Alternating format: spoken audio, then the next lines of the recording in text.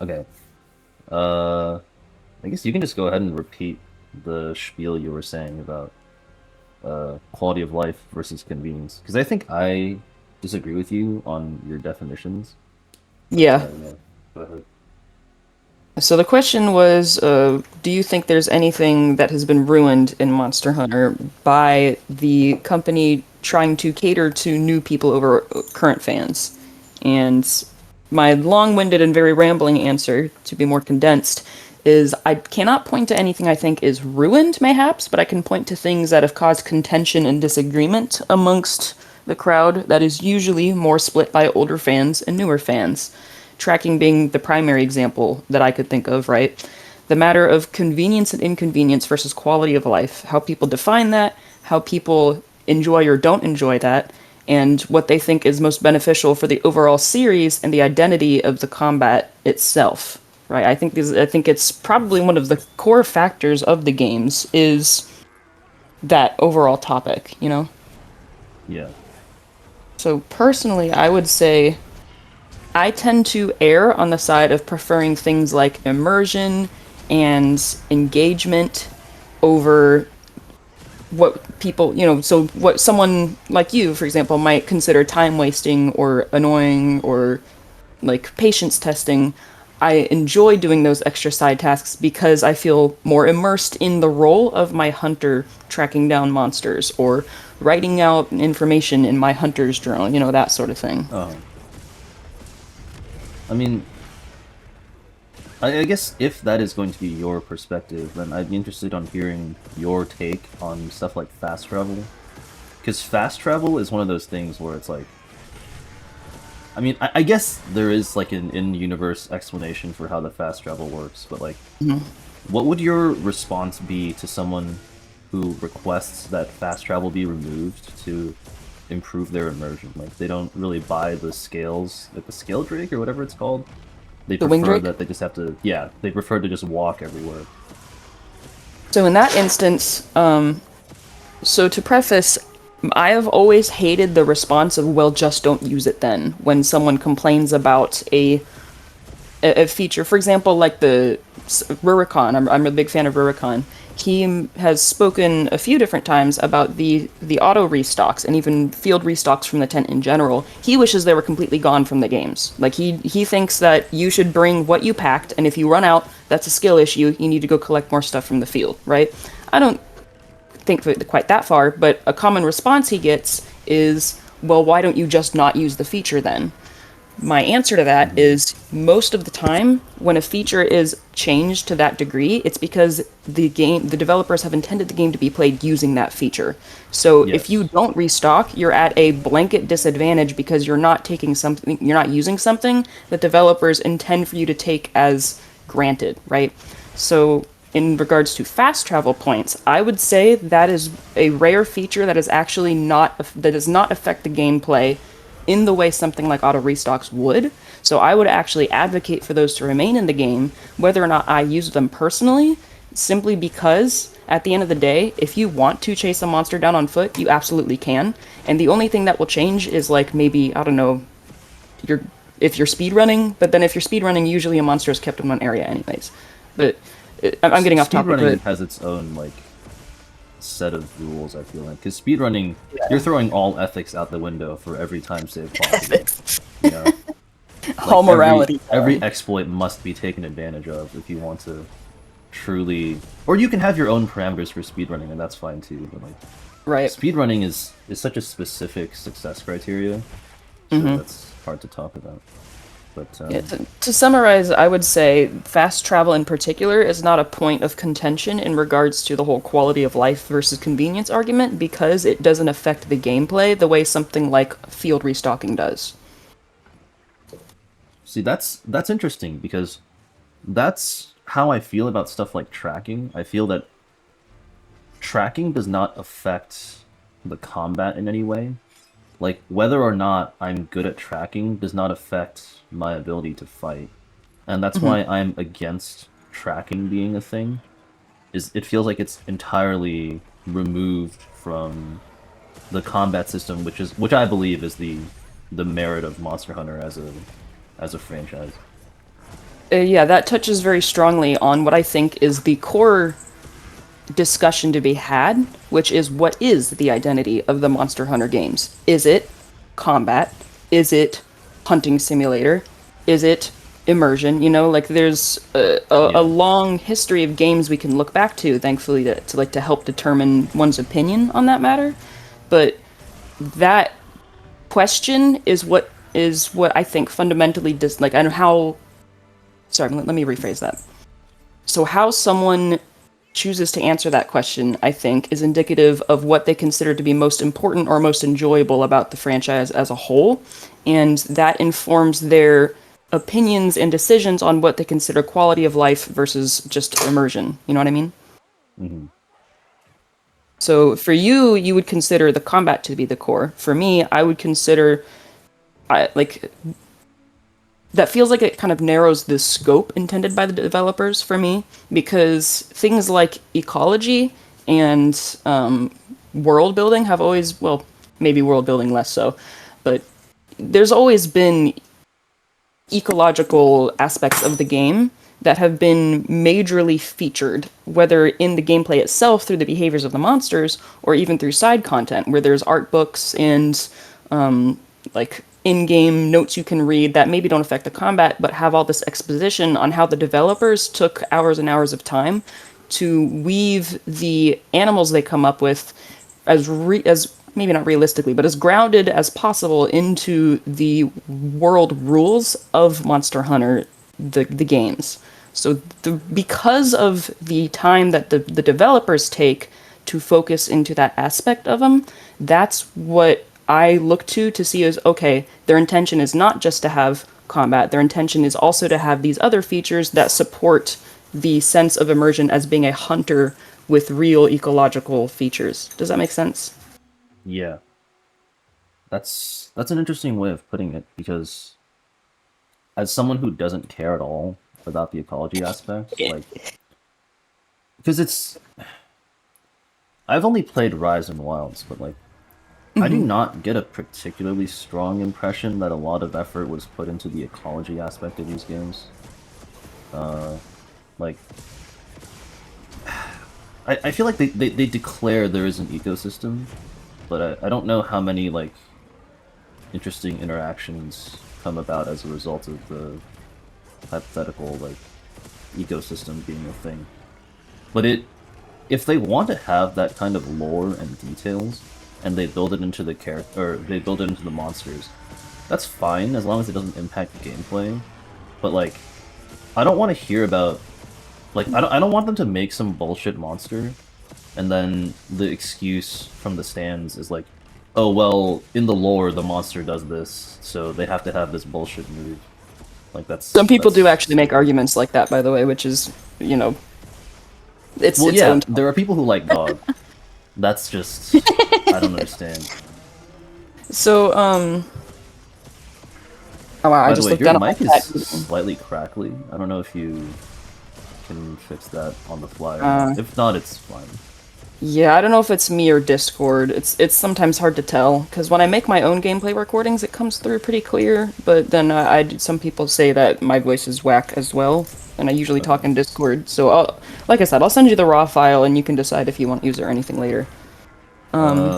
So to answer you, so Rise and Wilds are actually a prime example of this whole discussion we're having right now because they are games that do outwardly feature less ecology than especially old gen.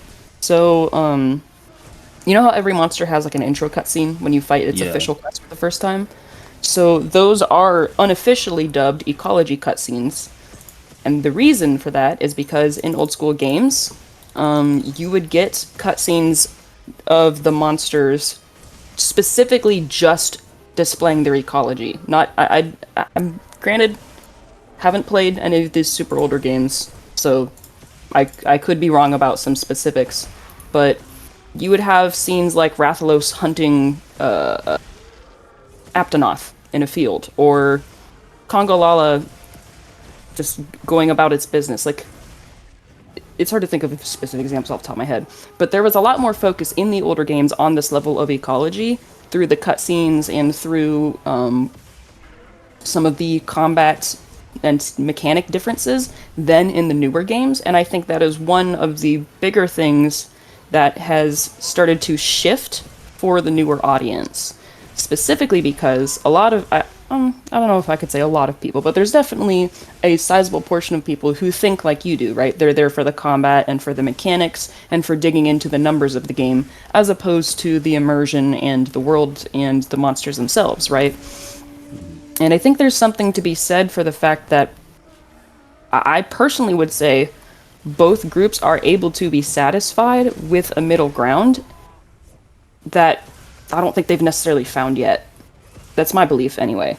Because the ecology people, so to speak, really did not like Rise, right? I think a good example is What was wrong with Rise's ecology? Just that there wasn't enough of it? more so that a lot of the monsters featured were far more fantastical, which is standard for the portable side of things. Mainline has always been more grounded and slower, heavier combat, whereas portable has been a little more arcadey. And Rise is the strongest and most arcadey example of those. Like a monster like Magnamalo, right? Magnamalo, in my Yeah. opinion, does not really fit in ecologically the way a lot of other monsters do because it would be a long video, a long explanation. But Well, I mean, you've mentioned your gripes with Magnum Mallet before. I would not even say it's an ecology thing. I would just say it's a physics thing. Because you've mentioned like yeah, the way it moves doesn't look right, and I agree with you. But that's like ecology is how life forms interact with each other. That is just like the physical aspect of the monster doesn't really line up, which is yeah. also a So, like, problem.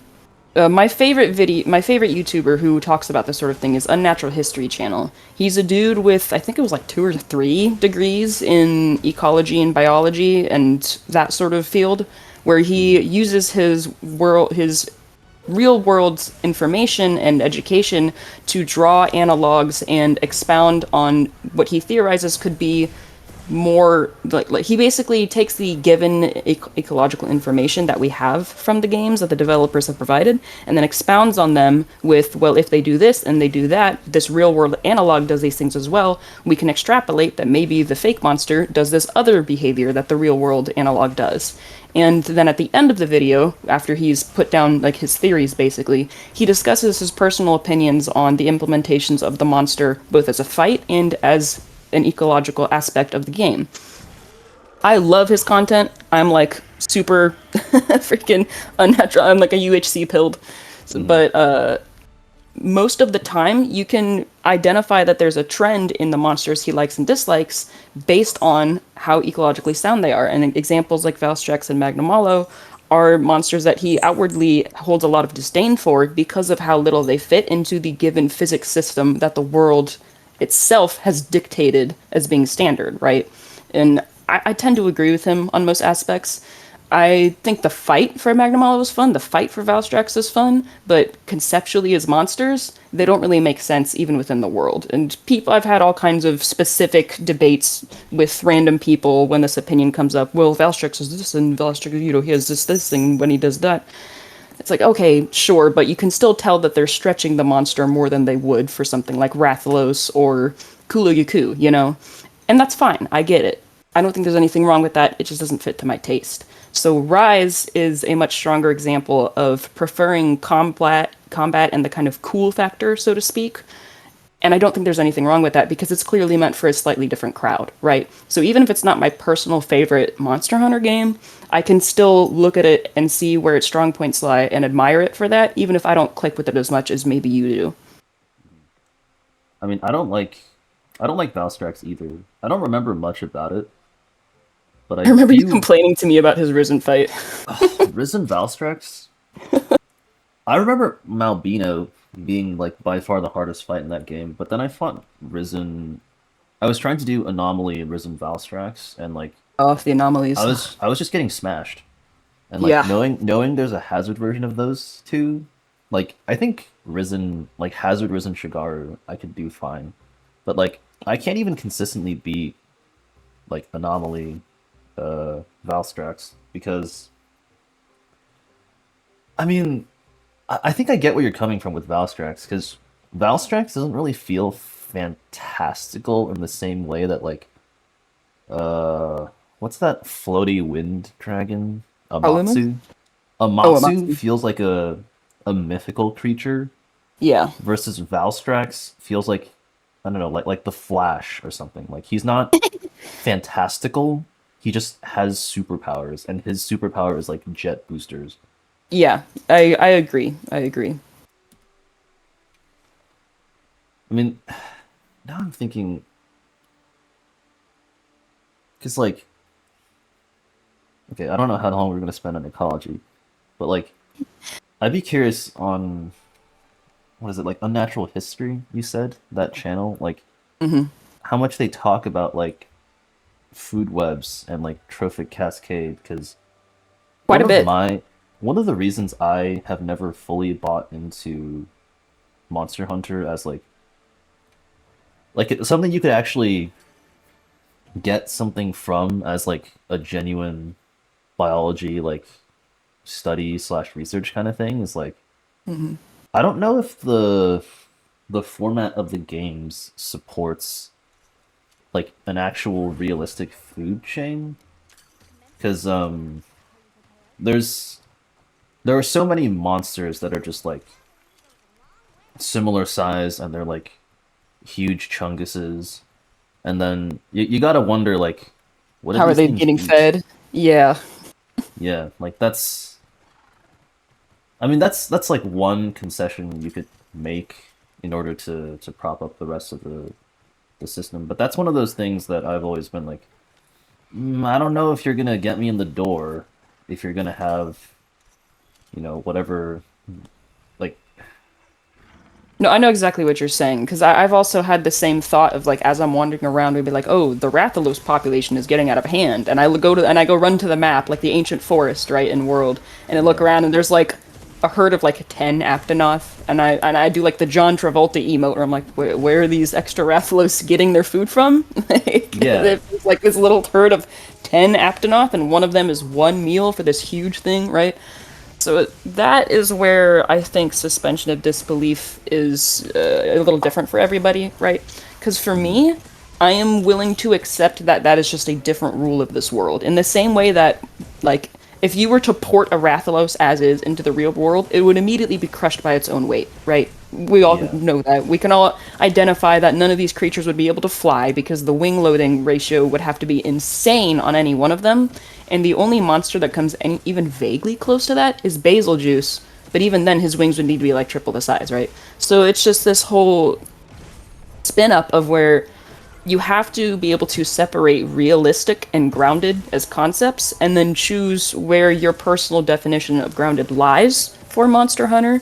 And for me, one of the lines that is drawn is like Valstrax and Magnamalo. I do not think those fit within the grounded rule set that Monster Hunter has created for itself. And with the thing like the food chain, just with any sense of realism, yes, you're right. This would not be a feasible food chain. This ecosystem could not exist, right? So that's one of the things where, for the sake of accepting the world mostly as it is, I have to just, okay, they are just able to procure enough food, whether that means that maybe monsters eat a lot less than a real world analog would, or if maybe the game just isn't showing us the monsters, like I don't know, right? Because there is hardware limitations, right? Like Wild's Yeah. having these huge herds of small monsters is the first time we've had anything like that. Before, small monster herds were like, I don't know, six max. So seeing like 20 or 30 in a group all at once, like in the plains, that's pretty cool. That makes it seem a little more feasible that maybe these creatures could be fed, you know? Yeah. Okay. Is that I guess that's enough of ecology for now. Maybe we That's- talk about something for gameplay. Oh, here's a good thing to discuss is the focus mode that Wilds brought, like mm, letting you aim between hits of a combo, basically. yeah. Like, what are your thoughts on that?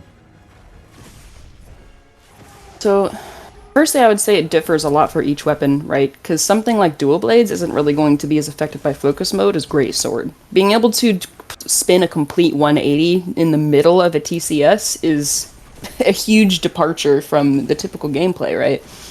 I Yeah, don't think focus mode is bad. I know there's some people who really condemn it as like quote unquote ruining the learning combat of Monster Hunter, but I don't think that's the case. Personally, I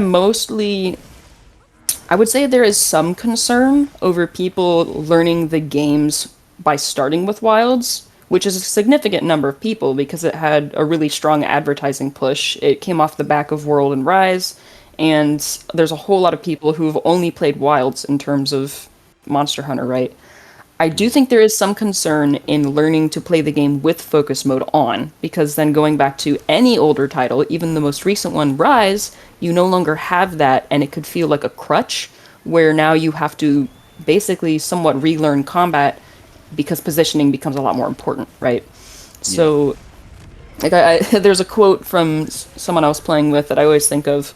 He said, "It's almost harder to miss a TCS than it is to hit one in Wilds," and I honestly do agree. Like, you have to really mess up your spacing to miss a TCS with focus mode on. So, to summarize, I don't think it's bad. I do think there is some concern for how it may affect the future of Monster Hunter, like if they choose to keep this in any way or implement it separately or change positioning or I don't know. But I'm not concerned with it as just being a feature of the game. I think it's a lot of fun. It makes Great Sword way more aggressive because I'm a Great Sword main. That's all I talk about like a loser. And it it's fresh, right? It changes up the combat without changing the heart of the combat, and I think it's a lot of fun. But I do think there is some level of concern for how it might affect the future of the series' combat. Yeah. I do think there's a strong argument to be made in favor of it. Both, like, I'll actually use the immersion argument Hmm. because I think while it is very cool to see people master the game to the point of like they just face some direction and start a combo and they end up hitting the monster, like Yeah, that's very cool. But like, I'll never reach that. yeah, but like if you think about it, like, what the fuck is that?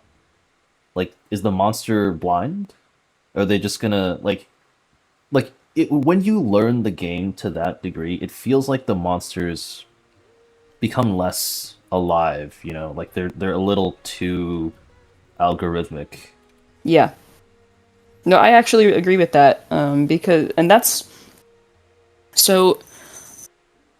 To be honest, before I met you and then you started playing Monster Hunter, I cared very little about optimizing my sets whatsoever because I've never liked examining the inner workings or mechanics or numbers of a game because of how much that pulls me out of the immersion, and I can't unsee it once I know those numbers are there, you know?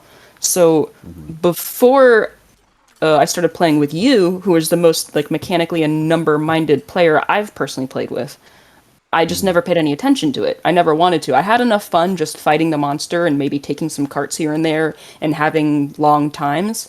Then I knew I would with trying to be numbers focused. I think I found a happy medium with Wilds in particular because it's a whole other discussion, but Wilds difficulty curve almost kind of made me feel like I needed to. Not in a bad way, but I just found myself wanting to focus more on those than in older games, right? Hmm. And all right, I forgot my whole entire point where I was going. What was the last You thing you were said? saying like Wilds made you focus on optimizing the numbers more than previous Uh, entries, which is interesting because people were complaining that Wilds is the easiest. So you would think if ever there was a game to not care about optimization, it would be this one. so there's a great hang on. I'm going to send you this image right now so you can put it up in the video whenever you host this because I Um, think this meme fully encapsulates that entire point that people make. Give me one yeah. second, I'm putting it up. Unfortunately, our production budget is not high enough for that, but you can send it to me and I'll think about hiring an editor because I am not doing that myself. Roger. Where is it? So, do you remember that video you sent me talking about like Alatreon and the like the review conspiracy? Uh, no. Was it the one that was just complaining about Elytrium? I don't remember. I honestly just remember the title and the overall concept of it. Where is this stupid meme? Am I the worst human being to ever walk the earth? I might be. I might be. Think about all the viewers slash listeners who The will not get to see your viewers, meme. They're waiting. No. They're very entertained by my Arcvelt gameplay, but they might not That's be good. entertained forever. Yeah, it's like a crowd of piranhas. Ravenous. But no, so I don't make you wait anymore. But so it was one of those like circle memes where it's like it's an arrow pointing to it's an a perpetual arrows pointing to the right, and Oh, I think I know the meme format. it's this game is too easy, and then it cuts to Alatreon. This game is too hard. New games come out. This game is too easy. Cut to Alatreon. This game is too hard. Right. So it's very, very, very, very, very standard for whenever the newest game comes out. All the veterans complain it's too easy, and there's I think two key factors going into that. One, when you complete a Monster Hunter game, you're usually triple hours deep, right? Like triple digit hours. Uh-huh. So you have spent a lot of time learning the games. You kind of know what to expect going into the next one. And not only that, but you're coming out of end game for the previous game into village rank, right? The literally the designed to be easiest part of the game because each game does have to be designed with keeping in mind that it might be someone's first Yeah, Monster Hunt, I have a right? lot to say about that after Yeah, you're done with that. yeah, go for it. So people complain that something is too easy, I think, often without considering both that factor and also the fact that the game needs time to ramp up. So that is my biggest complaint about Wilds is I think they took the community feedback of it quote being too easy way too strongly and then they ramped the curve up way too steeply. Like Yes. why do the ATs, why do some of the tempereds, why do some of just the monsters themselves like Lagiacrus, why does this feel like it's a master rank fight? That should not feel like master rank. It should be difficult with the gear I'm given, right? But the level of pressure and just the difficulty overall, it feels like it's a way too hard of a spike. And I've beat every fight in the game with the exception of 10-star God because I just don't even want to do that. That just sounds miserable. I've beat everything in the game, so I'm capable of doing it. This isn't a skill issue. I just do think that it's ramped up way too fast. No, go ahead with what you wanted to say. Okay. There's a couple of things. First of all, I think that I actually disagree with your. It sounds like your statement is saying like master rank is meant to be the hardest of the three like ranks, but I actually I would like to point out that I think, I mean, at least with Rise, I felt like master rank because I stayed there for so long, and there was so high of a ceiling for gear improvements in master rank. I actually felt that, and I feel this for. I see why veterans complain about too easy. It's because I think when you spend a long time at master rank and you get all these incredible improvements over like the gear that you'd be expected to start master rank with, like you're making more escalations in power than you would have the chance to on like low rank because by the time you have like accumulated that power, you're just off to high rank. So you don't really Yes. stay at low rank. But once you're at high rank, the monsters stop getting stronger, but you continue to accumulate strength. So like a really well optimized master rank kit probably has an easier time killing master rank monsters than a low rank kit for low rank monsters. So I guess that determined for that's an interesting point. I've never thought of it that way. For me, my first thought is: Are you talking master rank on its own or endgame master rank? Because those are two very different things, in my opinion. Well, in my mind, it's just like what is the experience when hunting the vast majority of master rank monsters? For me, I think that is like in the well, I think that's what you're describing as the end game master rank, not just like story master rank.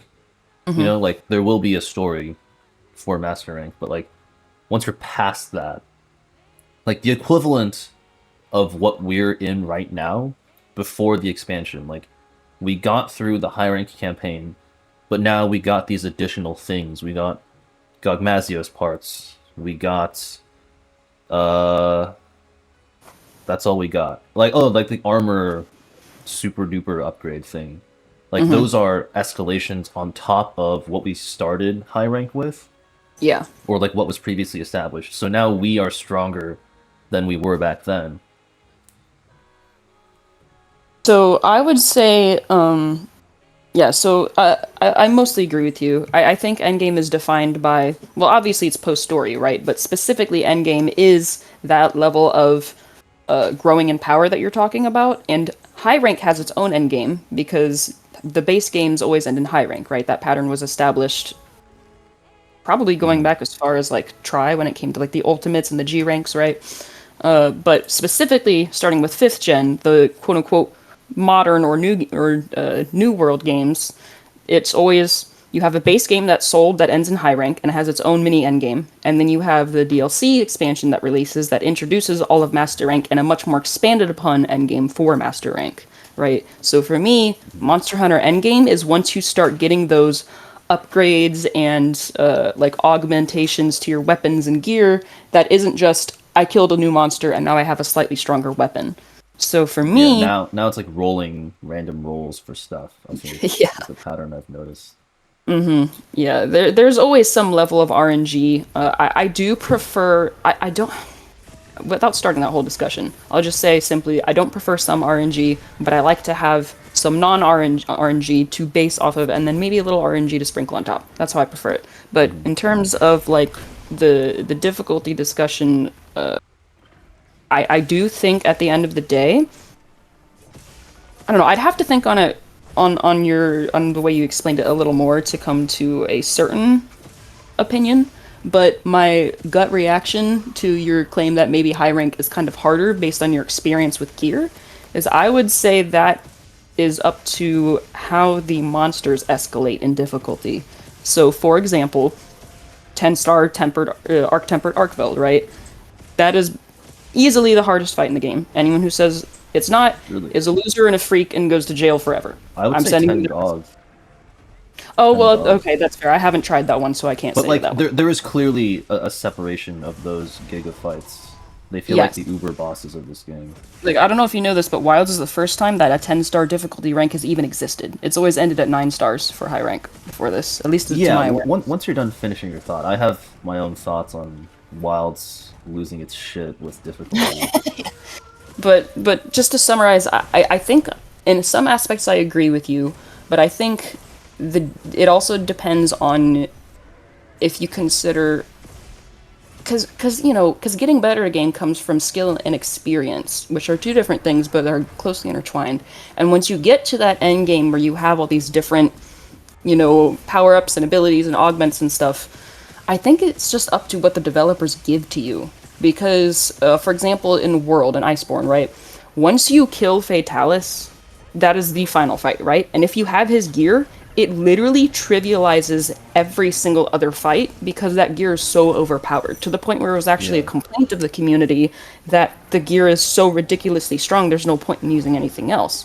Which yes does get back to the idea of well then don't just don't use it, but like you just killed the Fatalis, the biggest fight in the whole game with the most spectacle and the most history behind it. And wow, you want to use the armor that you just earned, right? And the weapons you just earned.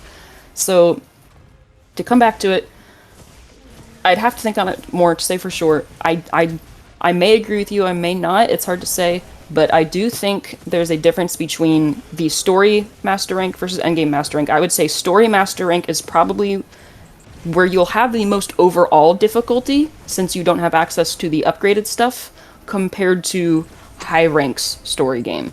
High rank endgame versus master rank endgame, I would also say master rank endgame is harder, but if you compare all of them to each other, it would actually be hard for me to say because once you reach Master Rank Endgame, you're at your most experienced and you're most skilled because you've put the most time in because that's the last thing that you access, right?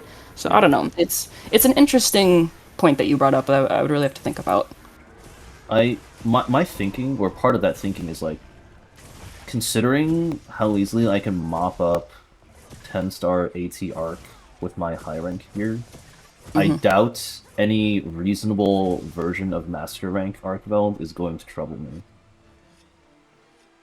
Like, Yeah, and that to me depends on how they choose to implement new moves because that's always a feature of Master Rank, right? Is new moves and what type of gear they give you to have access to. oh, that's true because it's also like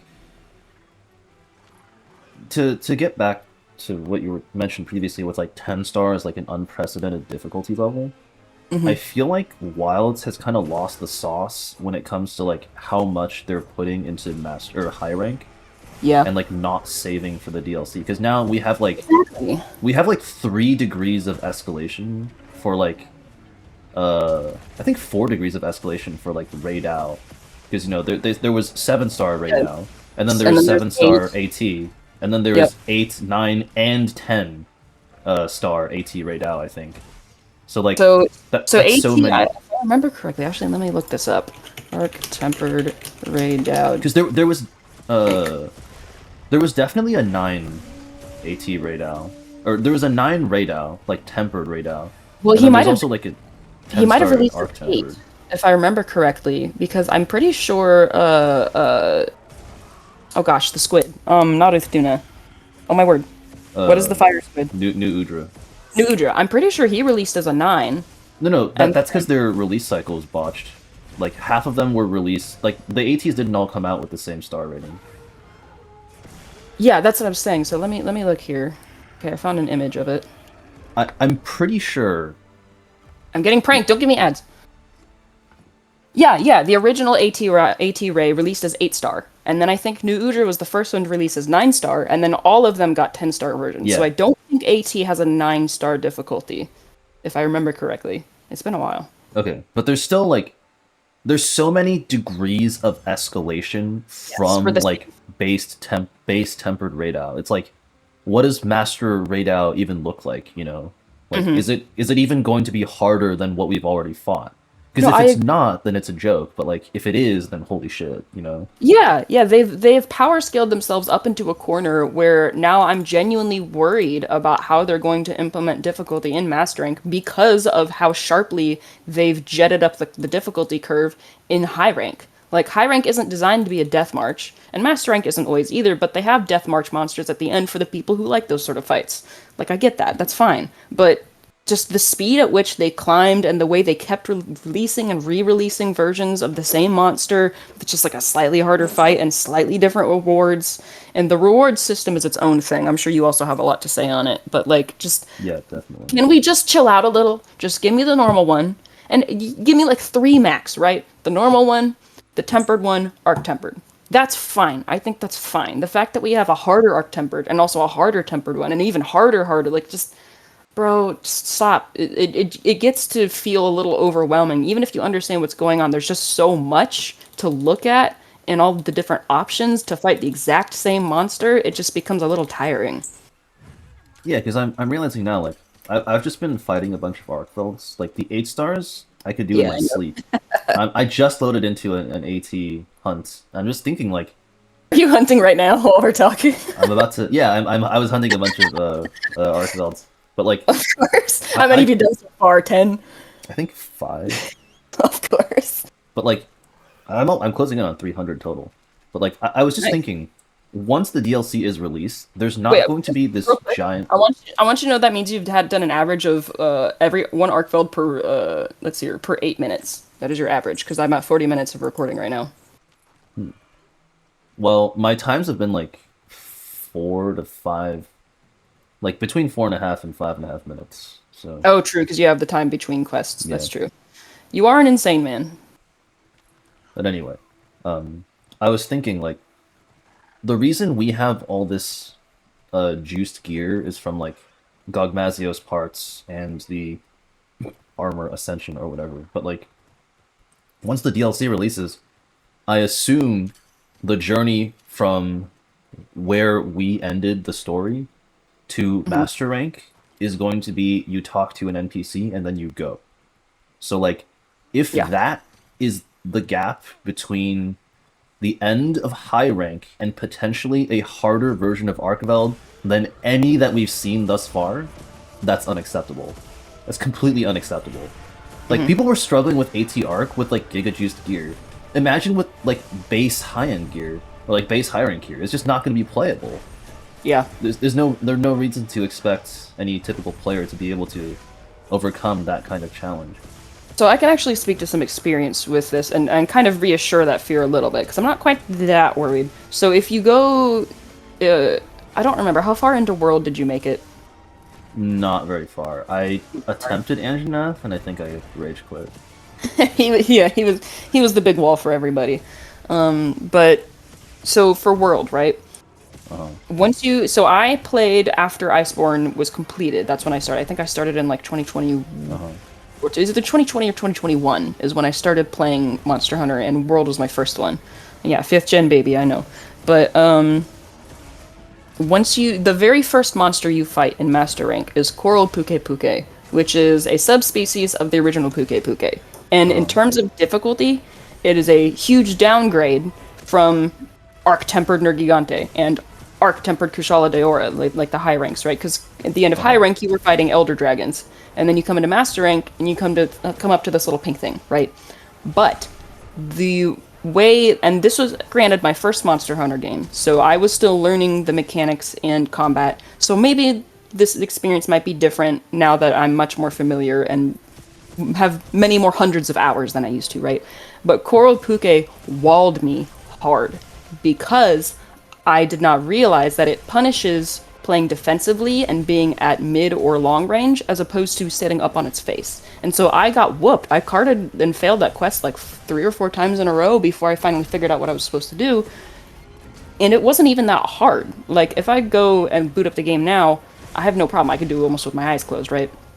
But the difficulty came in teaching the player new, basically, what's the word? I can't really say mechanics because it's not new mechanics, but basically just teaching the player more advanced combat techniques and positioning and ways to think about the fight compared to lower high rank, right? Like aspects of combat that you might not have thought Yes. about. Right. Exactly. And another great example of that was Barioth. If you ever get to Iceborne, you are gonna hate Barioth so much. I can picture the yelling in my DMs right now because everyone hated Barioth because he's a huge wall, and that's because he teaches you the value of animation lock in particular. Without going into detail on it, just he doesn't really give you much breathing room. Whereas pretty much every other fight up to that point, the monster takes a moment to have a little animation, or if you roll the one move, you immediately have a window, right? He has very few windows, and much shorter windows by comparison to most of the roster before he was introduced. And he was very punishing to people who didn't understand that, such as myself.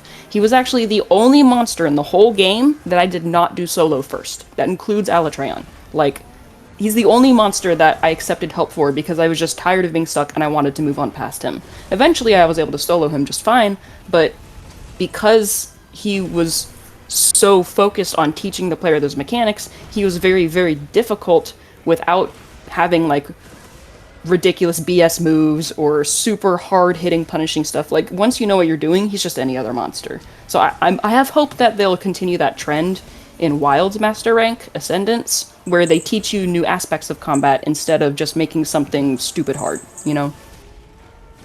Well, I mean, if you're talking about no room to breathe, I've been holding my breath since this freaking hunt started with ATR.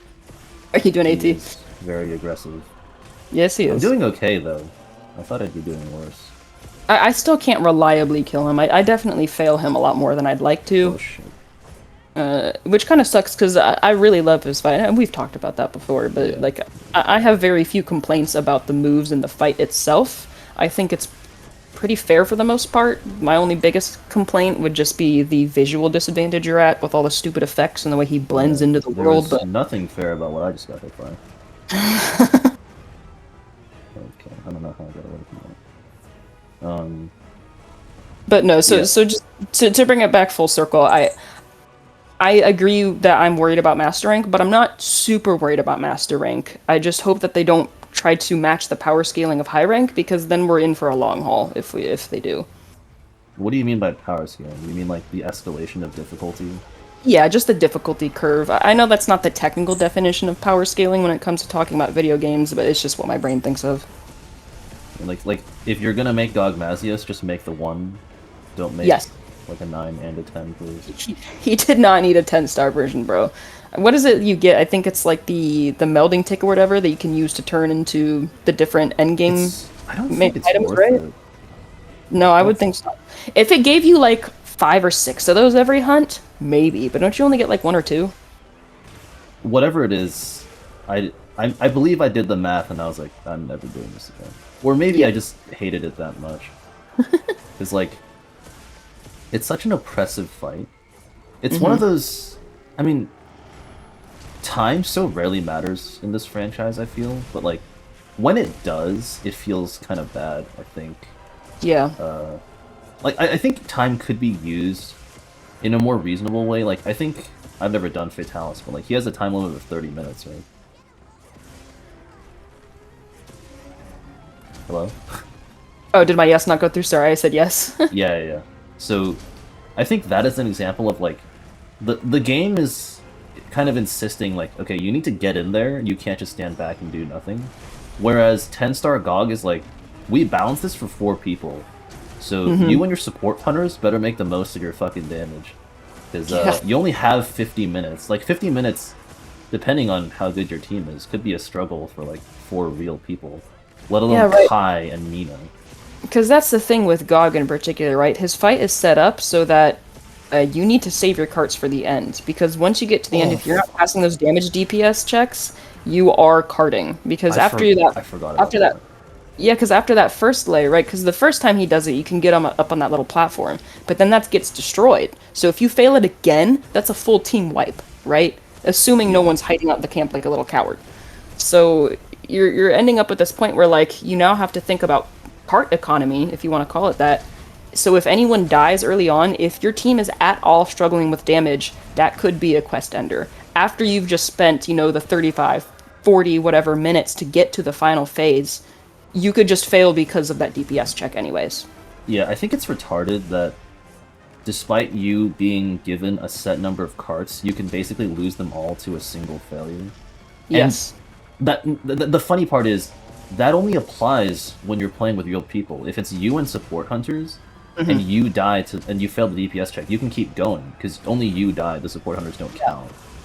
Which, like, God, I don't want to talk about GOG because like I just hate GOG so much, and like I feel like it's not productive because he's such a terrible fight. Well, But since we're like, on the topic of difficulty, I'm sorry, I'm cutting you off a little bit. I just want to say it's this fine. thought before I lose it. Alatreon functions similarly with its DPS check, but it's not the same setup. You don't have multiple phases to go through first. You are focused on purely dealing enough damage to knock him over to depower his Eschaton Judgment so you can survive through it, right? At which point you also have to time your eating of the jerky, right? But whatever. That I would say is another example of the same concept of the DPS check wipe being implemented. But even though I really don't like Alatreon's fight because of that mechanic, I would say it's better implemented on him than it is on GOG. Oh, from what I've heard Cause about Alatreon, he's infinitely better than GOG. GOG's idea is actually fine, but the way they implement it has so many retarded kinks. Like the fact that there's no HP scaling for party yes, size. that drives me nuts. Like, I don't know what's up with that because that they did that with Omega too. For Omega, there's one person and there's 4 people. Why? Why can't there be 2 or 3 person scaling? If I yeah. remember correctly, they did that for Fatalis and Alatreon, and I think they did that for fights like Kulve Taroth and Safi'jiiva as well. Why can't we do that in Wilds? Like, what is the point? Because that makes it feel far more restrictive. That goes from either you play solo or you play solo with 3 other people. And if you're not, you're at a net disadvantage that isn't a fun disadvantage. It's just you literally have to hit it more now, and you have to hit it more faster. Like that doesn't feel good. That's why I hated Omega for so long, because even though his fight is a ton of fun, it just felt like a spit in the face to learn that Axel and I, who had been attempting him over and over and couldn't understand why he was taking so long, well, we were just getting screwed. Why? What's the point? I Yeah. don't get it. It's Sorry, so but much worse. It's so much worse for GOG because he doesn't have any scaling at all. So you must take a party or you're at a disadvantage, except for that one key Easter egg of if you fail any DPS check after the first one and you're not using the camp cheese, you immediately fail. But like, yeah, what's frustrated me so much with GOG is like, okay, I don't want to hunt with support hunters, but I don't trust randoms either. So like yeah, my exactly. clear of 10 GOG was such a pain in the ass. Did Especially because you, I'm on Lance too. Like Lance is a terrible matchup for GOG because he because of how has, much it moves? yeah, like he's so mobile. I feel like by the time, like even if he's knocked down, by the time I'm able to make my way to one of his points, because he's just so big, like Yes, yes. I'm out of time. That's I such mean, a I feel that way terrible. on Greatsword. Like, if you aren't, and that I think, to be perfectly fair, I do think that is an aspect of teamwork that versus, necessarily just difficulty, because you have to coordinate with your friends to, okay, or whoever you're playing with. Well, where is he? Let's all stay close enough so that when he drops, we can be close enough to deal damage. But that point is then erased when it comes to NPC players because you have no method of communication or control over them. So if they happen to get him in his knockdown state, you have to make sure that you're close by, which may be really dangerous if he's doing certain moves. So it's this like Yeah, it's just this like it doesn't feel like that aspect was taken in consideration, or which I would consider to be a little worse, they did take that into consideration and said deal with it anyway. That's just part of the fight, which isn't a fun part of the fight in my opinion. well, yeah, because in 10 star they remove half of your support hunter team, which Oh, I is like, forgot about that. is that really necessary? Because oh my god, fuck. Because Fabius doesn't guard for you anymore, so you Yep. have to bring a weapon with guard and switch to it. Like, you guys are just smoking crack over at Capcom HQ. You could not have thought that through. That's so stupid. Because, like, I know for most people it doesn't really impact their kit, because, like, people just use one weapon, but, like, for the people who are actually engaging with Wilds' multi-weapon Yeah, and the blitz- dragon and fire thing with him. Oh, fuck. I forgot. The old... Okay. To be I'm just fair... like filling you with more spite and rage every time. I yeah, bring because it. I deleted this from my mental hard drives because it's so unbelievable that a AAA company could create this and that people would tolerate it and praise it. Like that's unbelievable. You could not concoct a worse mixture of like terrible implementation elements. But yeah, like the Go play funny thing with I mean, you might have a different thing to say. GOG is his supposed like elemental switching gimmick is basically just hit him with fire until it's phase 3.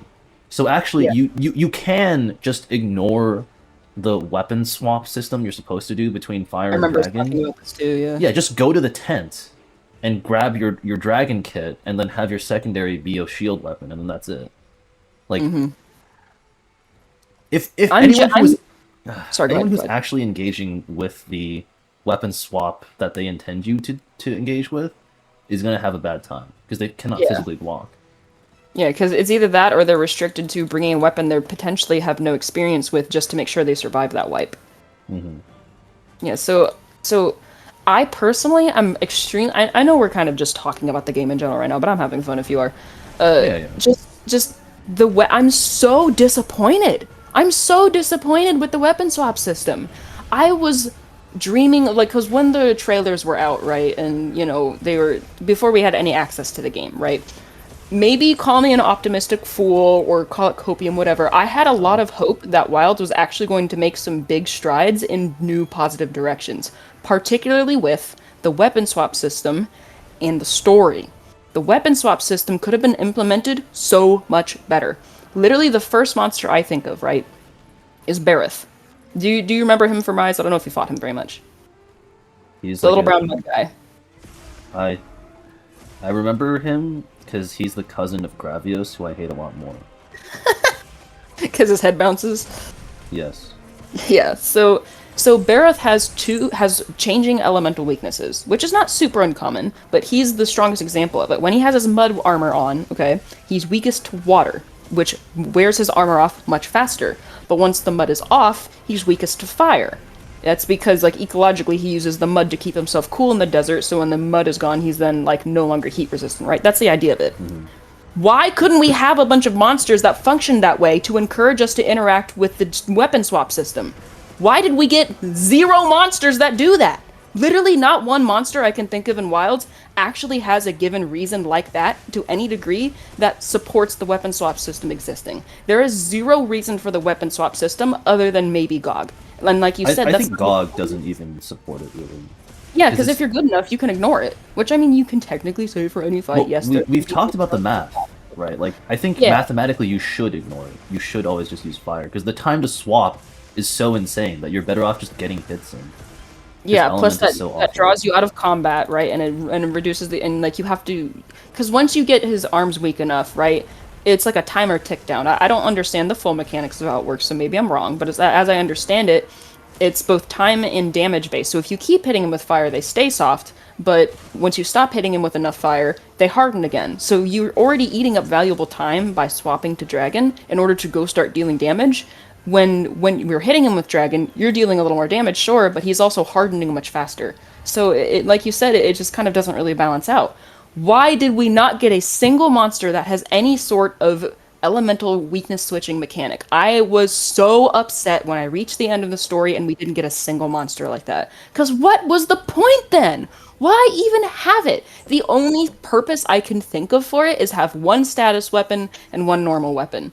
Like if you bring like, and that even varies based on what weapon you're playing. Like if you bring, there's no reason to have sleep on something like dual blades, right? Because you're not going to get a big hit on. There's no like one big move that you can get a good double damage crit on. Great sword, sure, you bring a sleep weapon, put it to sleep, wake it up. That's what, 5 minutes max of the fight that you're with a sleep weapon, and that's if you have a really low sleep value and you're kind of new at the game. I can put a monster to sleep with one of my Arshan sleep weapons in less than 30 seconds on Greatsword. And then what? I have my one wake up and I never have to swap to it again? Like, and same thing with like paralysis or poison.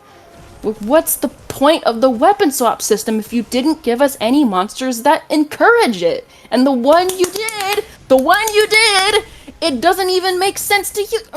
It's just, it frustrates me so deeply because it feels like such a huge point of missed potential that they really could have gone wild with. I would have loved to see them actually expand on that in a way that was meaningful and new. But they didn't do anything. Why is it there? I don't know. I'm sorry. Go ahead. It's just that point in particular just upsets me so much. No, it is upsetting that not only did they not respect the gimmick, but the only monster that attempted to respect the gimmick is the worst designed fight in the franchise. I think I can say that without playing the other games. That's how bad GOG is. Like, there will be, if there's any old Jenners watching this, you'll get some comments, my friend. I guess, but like I don't know if that's a compliment for Capcom.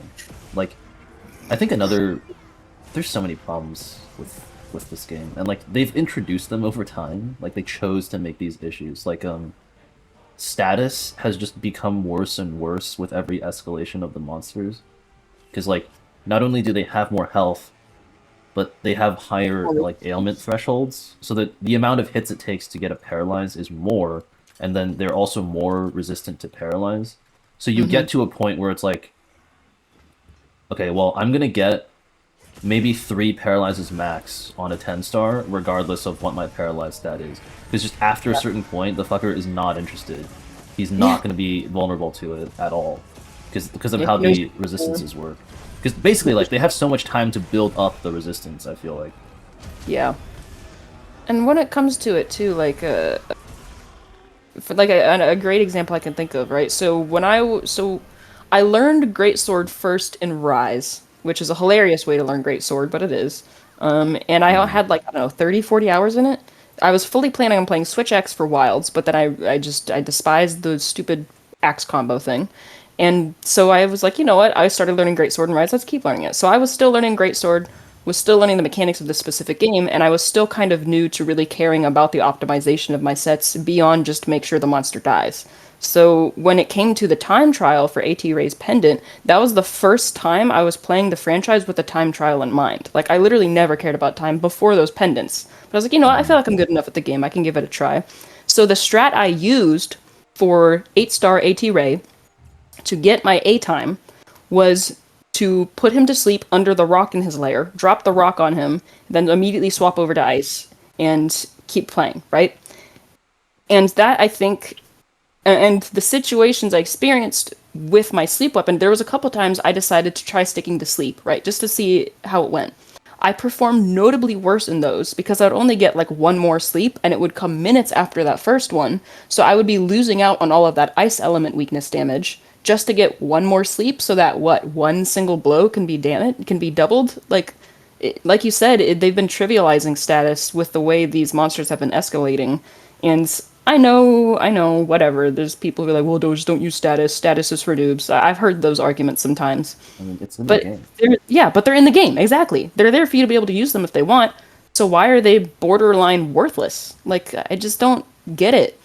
And, there's also that whole... if we wanted to follow that thread, we could ravel a whole lot, right? Raw being king, crit being king, etc. Whatever, right? We could argue Yeah. the dilly-dallies of elements and its viability a lot, but at the end of the day, it's still a viable strategy. People use element builds all the time, even in like speed runs or high level fights. But you don't see people bringing status in unless it's what I did to make a gimmick and then swap to element for the rest of the fight. Like that's just disappointing. I think what you described is actually like perhaps the only interesting use case of a weapon swap system where it's not just monster is weak to this, it is now weak to this, so switch your weapons. Because you Are you have talking like about the thing or the barrel your thing? your sleep thing. Like you have an intended use for sleep, and then it's not like the game doesn't yell at you to sleep. It doesn't say like Raidou is weak to sleep, and then Raidou is now weak to ice and not weak to sleep. Yep. Like the game doesn't explicitly demand you to make that switch, Hmm. whereas with GOG they do. So it's like you do have to change, but it's like such a shallow reason. It's nothing Yeah. more than the game demanding it of you, rather than you coming to your own conclusion to make this choice. Yeah, which to be perfectly transparent, credit to some guy on Reddit. I saw a post that strategy. I was like, "Oh, that sounds good," and I swiped it and used it. So shout out to some Well, guy on Reddit. yeah, someone came up with a use case for sleep, but like I will say, I think the reason they're dogging status so much is because people were stun locking the monsters in the base game, or like in the 1.0 release. Yep. So they were like, yeah, that shit's not gonna fly. We need to counteract all the paralysis. Well, I So they don't. just they made Huh. these future monsters like completely like bastions of anti-status to the point where if I brought a blast weapon against 9-star arc, I was getting 2 blasts. Like, okay, thanks for the 300 damage. I'm gonna switch to a weapon that actually matters. Yeah. So I'm not sure what I think about that, right? Because and again, maybe this is just optimism, naivete, right? But like, I genuinely do believe most of the time that in terms of the Capcom developers, I don't think most of them are like I don't think the team in general is attempting to stymie like common player expression or like the way they choose to play the game. But and immediately I can think of something that counteracts that thought of mine with Alatreon. Most people at that time were playing Raw because Yeah, Raw is really just it's Raw's king. It's easy. You make one Raw hit, everything dies to it. So with Alatreon, they forced you to need to spec very heavily into Element to the point where like there's one single optimized weapon that you basically have to use if you're not already really skilled at the game and know what you're doing, and that like I'm going on a tangent. no, no, But this is good because I have something to say about Alatreon as well. yeah, well, So well, just just keep the going. idea of like that Alatreon's existence and what they ask the player to do immediately counteracts my optimistic point of view. I don't think the developers are actually deliberately trying to stop people from playing a certain way, but that does actually stop people from playing Raw. And I don't even think that's necessarily a bad thing because that's one fight in the whole game.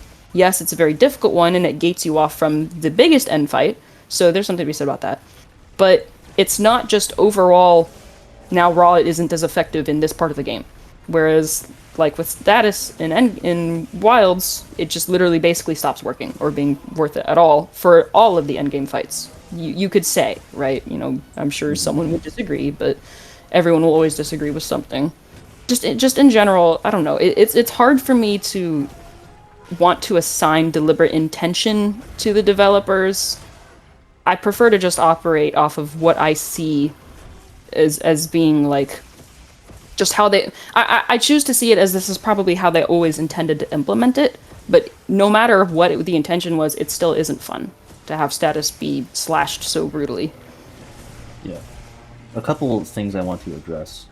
Hopefully, I Yeah. remember everything I want to say.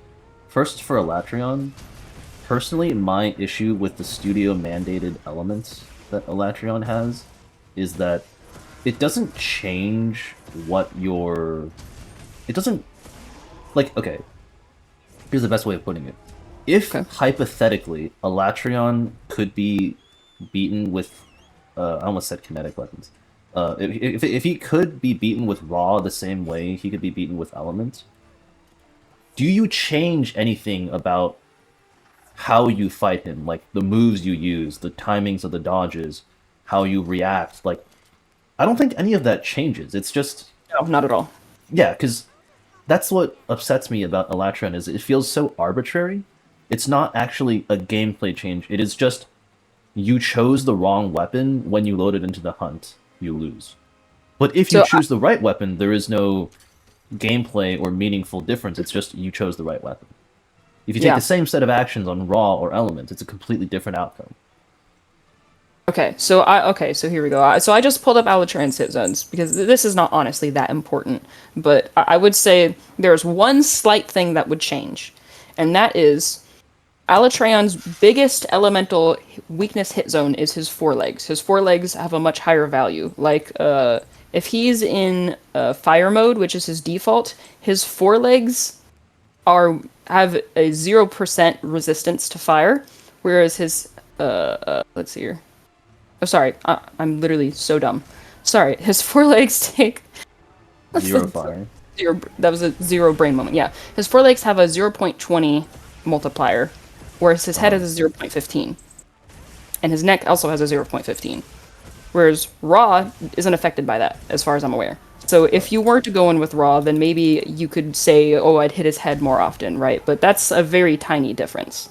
Well, that's like a hit zones thing. If they wanted, they could have changed raw to match the Yeah, elemental hit zones. yeah. And I mean, like I said, there are absolutely people who go in with like crazy killer sets and don't bother with element. Like there's speedruns of people just going berserk on him with usually fatalis weapons, by my awareness, but Hmm. like but unless you are that like pinnacle berserk skill crazy high super optimization kit, you're not going to be able to kill him, right? You Well, the have people to who kill him that way don't need to care about these mechanics.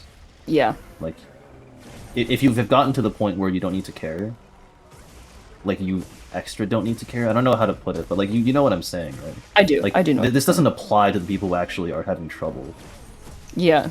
And okay, wait, so this actually brings up a point. Did you have something else you wanted to say before I bring this up? Yeah. Um, with what you were saying about like the developer's intent, I think you can't like ever definitively say why the company makes a change. But Yeah. in my opinion, I don't really care what their intent is. If they're going to present the game this way, where it's like raw weapons, element weapons, status weapons, Yeah. surely it should be expected that they are all similarly, if not equally viable. Like, it doesn't really make sense for one category of that to just be as bad as status weapons are in like Wild's endgame. But that's how it is, and like I think they should do something about it.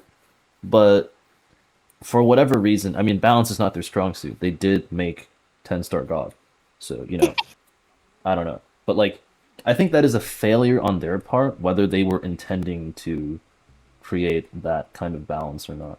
Yeah, because at Also, the end of the day, good. The road to hell is paved with good intentions, right? Like, no matter what you wanted to do, what you actually did is what matters. yeah, it's the outcome, not what they were trying or not trying to accomplish. Yeah. But also, I will give Capcom some credit here. The way they balance Monster Hunter, I think the gear is not as impactful as it is in many other games.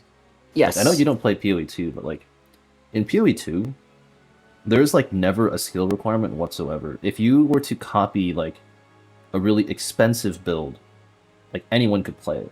Because you don't even need your monitor. You just press buttons and it works. Because you're doing so much damage that the enemies can't touch you. But like that's the chasm of power between like a really like I hesitate to say the word optimized because it's not really optimized in the sense that you thought about synergies and put together a really cohesive kit. It's more like you just threw currency at the market and purchased the most expensive stuff possible. But like in Monster Hunter, a really optimized gear set A requires a shit ton of skill to use effectively. Like a drooling noob with an optimized gear set will not beat a pro with a bad gear set. But Hmm. also like because the gap between insanely optimized builds and like a more generic build is not that big, I feel like status weapons do not fall as far behind as certain skills in PoE 2 would. Like Yeah, PoE like you 2 can has a still huge kill with problem. them.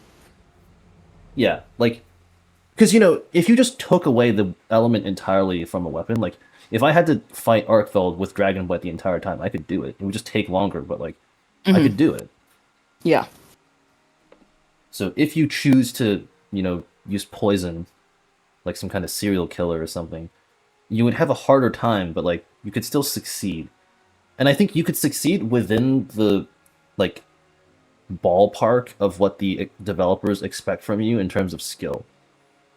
Like it's not like you need to be so insanely good that the entire game would be a cakewalk if you had used an element weapon instead of poison.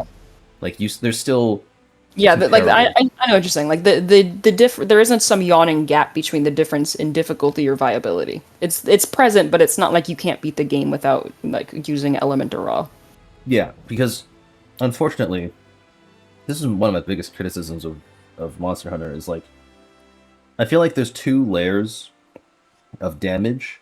There's raw, and then there's element, and then status is just nothing. And then element on a lot of weapons is also like almost nothing. It's like 10% or something. So like Hmm. the important part is the raw, which all weapons like have in common. So like no matter how unoptimized piece of shit your loadout is, as long as you have the raw, which all weapons have by default, Yeah. you'll be fine. But like the only reason people use element in speedruns, I think, is because there is not a good enough raw weapon to compete. Like there's no opportunity cost to having elements on the Ardian weapons. Therefore, you might as well have it.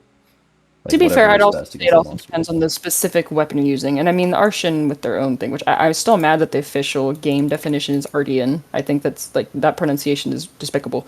But like the Arshan weapon system is its own thing. So I'm just gonna set that aside for a moment.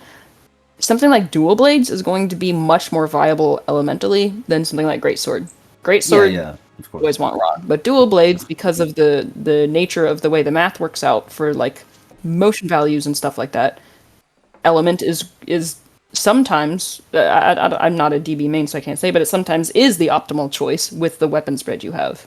So In like in Rise, element is objectively the better choice. I When would say Risen element is really good in Rise in general, honestly. when Risen Valstrax strips my element, I lose like 80% of my damage. Ouch. So What kind of build do you go with usually? Like what are your main skills? well, there's Other dual blades and they have an element. you I don't know what I know, mean? like they like weakness exploit. I don't know So you what just else. I don't remember the what Rise skills, but they're pretty generic. I do have a Malbino's like armor trait or whatever, like the life the steal. He gives life steal when you hit a broken part on a yeah. monster. Oh right, yeah, So the blood something. yeah, and then there's the other skill, which is like when you get healed or something, you gain damage. I don't Yeah. remember, but like that is that's the stuff that I rock in Wilds or that I rock in Rise. I was mostly just curious if you use any like Rise specific skills, like the powder mantles and stuff. I really like powder mantle. I think it's a lot of Uh, fun. I use some armor skill that gives me like more wire bug recharge rate. Yeah, I don't remember the name of it, but I know what you're talking about. Yeah, I don't remember it either. Like Yeah, I wire was bug blessed whisperer with or something. I was blessed with not. Yeah, I think that's it. I was blessed with never having to worry about wire bugs because I played Rise as if it were Worlds by just never ever using the switch skills unless it was the one that lets me keep attacking through a roar. That's the only time Mm. I use them, or to close distance maybe, because I just never bothered to interact with the whole countering aspect of the game. Yeah, I played the whole game without knowing there was a counter. Apparently, Dual Blade does have a counter, according to the Really? game. I don't know. I don't care. I just use Oh, the drill move. That's all I yeah, I care remember about. watching you play that. I'll never forget you humbling me by beating a primordial first try using Switch X, which you'd never I used wasn't gonna before. bring that up, but now that you've brought it up, yes, that I that love must that. have been very humbling for you. I think of that in the night sometimes, like just laying awake in my bed. That was a Just pretty legendary moment. I'm not gonna lie. that was I that didn't was even cart. legendary. You did like once or twice, but not No, I much at all. didn't. And you did. Did I? Yeah, it was not, and obviously it wasn't enough to fail, but I think you carded like once. I think I ran away, but I don't think I caught it. But whatever. I do remember like, and that's one of those things where it's like, not only have I like clearly progressed from the point where I was complaining about Primordial Malzeno, but like I've also retained so much of my knowledge of his moveset that even after like a year of not fighting him, I'm able to remember all this stuff. Well, that's and that right there, I think, is a great point that illustrates what the skill of Monster Hunter is all about. It is Yes, I agree. knowledge and positioning. That is everything. Like if you don't know how your weapon works and you don't know what the monster does, you're not going to win. Just flat out. That's how it is. And it doesn't matter if you have big numbers or small numbers. You're just not going to win because the fact that I still haven't and probably won't ever, just because I don't play it very much anymore, beaten Primordial Malzeno, but you were able to do it with a weapon you've never touched before then after I just gave you a couple basics on how it worked.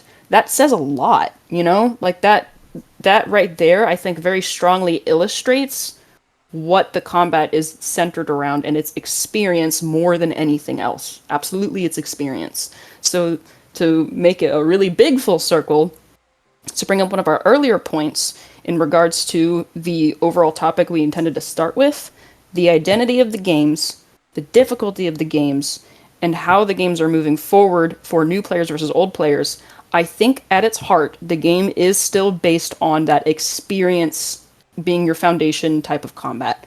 And I'm not worried that that will change. I'm simply worried about how much of it they will change. Because focus Yes. mode does eliminate, based on each weapon for sure, but it does eliminate some of that experience and knowledge that you need.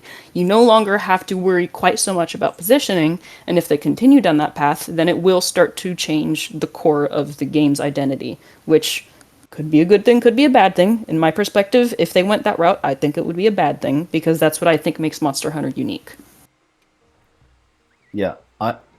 I definitely I it's kind of insane to me how Mm-hmm. strong Monster Hunter's foundational combat system is. And I don't think the focus system necessarily steps on those toes, like the foundations. Mm-hmm. Like to me, the foundations are Still like there. the animations, like understanding that once you've committed to an action, you are Yes. actually committed, not like many games where the dodge roll will override an attack. Like Yeah, Monster like Hunter doesn't do I that. think Dark Souls does that, right? You can dodge in the middle of anything. Yeah, there's lots of dodge roll based games that have that. Like Dead Cells has that. PoE 2 is not a Souls like, but they pretend to be one and they do that as well. Like dodge roll in that game interrupts almost any other action. And they say so as much in the tooltips. So it's just like that's like there's so many elements of mastery and the game actually demands mastery from you. It's not a case of like, okay, well you can just drool through many fights. I'm okay. That's kind of not true with like some of the early game with Lance, in my opinion. But like Yeah, I remembered how you. I remember your. once you get to a certain point, the game is definitely like, okay, you have to know these move sets or you are not going to succeed. Yes, and that's where, in regards to difficulty, I think AT Arc is a very interesting example of the types of discussions you get. Like he would be a perfect subject for that type of at length discussion, because he is everything animation lock. Like he is so, his windows are so small. His pressure is so high. He has so many moves, and you have to watch him so closely and watch your own animation so closely that on basically anything other than Lance, it is a constant tiptoe razor's edge dance of if I get hit once, I'm dead, right? And that's, I think, the type that, even though I think his fight is really fair for the most part, and I think he's a lot of fun, I just wish he dealt less freaking damage because you get punished so hard that it's almost difficult to learn him. Because you I, make one mistake and you're dead. okay, I'm definitely willing to talk about ATR more because I honestly hate him next to GOG as like an abomination. You keep playing him though. Well, I play him because I'm almost at 300 arcs, and I did him once just to prove that I could still do it and do it while holding a conversation. But Yeah, that I mean that's the hardest part, right? yeah, like my issues with AT Arc are his visual clarity is too poor to Yeah. have such a big punish. Like, if you misjudge one ground crystal explosion, you might get knocked on your back and not be able to recover before he follows up with another attack, in which case you've basically just died from a single, not even error necessarily, but it's more like you miscalculated what the game was trying to tell you with the Yep. position of the crystal, which is like, which feels terrible. But also it's that you were saying like he is the pinnacle of like the animation lock stuff. I actually think he goes too far in the sense that he is so fast and he is so aggressive that he removes a lot of potential options for weapons simply by threatening you with his head bash, which comes out so fast that if you are not accounting for it, you're going to take a hit. And You're talking you about his cannot- little like a horn scrape where he gives you like a little headbutt. Yeah, like he doesn't even necessarily knock you down on the lower difficulties, but like, yeah, it's the most timid animation, but it's so deadly because it's so fast. Yeah, if you don't have a Like- flinch tree on, then it's interrupting your whole combo, and you're gonna get hit by whatever he does next without like. Well, the it's perfect- also the damage. Like, he's a Ah. he's a freaking 10-star gigamaxed fucking guy, and like, you just can't take those hits because you know, a single hit will put you in range of his beefier attacks, which will kill you unless you find a window to heal. So like, it's just like as a greatsword user, like what are you to do about a monster that at almost any time could come at you with a move that you know you don't have time to respond to if you commit to like any of your big combos? It you just feels don't- like they didn't account for that. So okay, I will say the way they accounted for that is in changing the motion values of Greatsword. They severely nerfed the damage that TCS does, but they also really buffed the damage that I don't remember the name of it, that the lower level slashes do. So you are actually, even though TCS is still technically optimal, you are not nearly punished as hard for missing or not being able to get off your full length combo as you are for just not focusing on dealing the smaller slash charges or like building up to just the second level of the combo and then backing off to Okay. guard or something. So they did account for that. I mean, I still feel like it's too much. Like, there are times when I am just doing light attacks on Lance, and I'm like too slow to block his headbutt. So I can't imagine Greatsword is gonna have a great time against him. Well, so the block animation itself is instantaneous no matter the weapon. So all it is just making sure I'm not in the middle of a different move, which. Well, yeah, Ge- that's what I meant. Like Oh, okay, okay. being able to recover from your last animation. Because if you're like, okay, I'm gonna attempt a medium slash or something, and then he's like, oh, it's headbutt time, and you're like, ah, okay. Yeah, that's definitely happened to me before, and I don't know.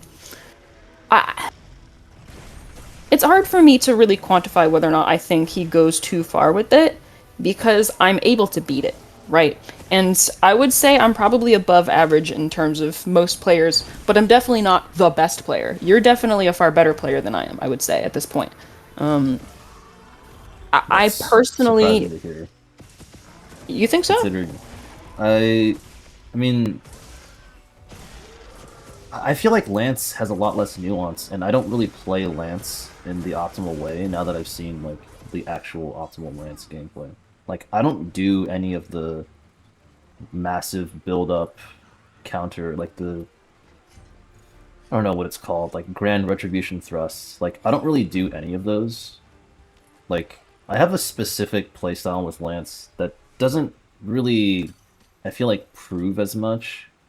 Because it's like a lot of counters which have very generous windows. Like, basically what I'm saying is Lance has a pretty low skill threshold. I So, mean, like, maybe, there's but a I lot would of less also... stuff to account for. I mean, again, the Primal Xeno thing, right? Like, you had far fewer hours in the game than I did at that time, and you were able to beat him with maybe one cart on a weapon you'd never used before. That alone, I think, is a serious demonstration of skill, and definitely not something I could do. If you handed me a lance or a pair of dual blades and told me to go do 10-star AT arc, I would die within about 30 seconds, I think. Like, you know what I mean? So, Well- yes, I do consider you to be a more skilled player than I am, just in general. I think you might be selling yourself short in the sense that I am also a specialist. I obsess with one monster and I fight that, and I don't care about anything else. So like, relatively, the percentage of my hours that I spent on Primordial Malzeno like means that I actually have more experience with that monster, in the same way that you and I might have comparable hours in Wilds, but like 2/3 of my hours are spent doing something related to Arkveld. So of course, like I would be better against Arkveld. If I wasn't, I'd just kill myself. But like if we're fighting Legiacris or something like that, like I could definitely see you uh being better.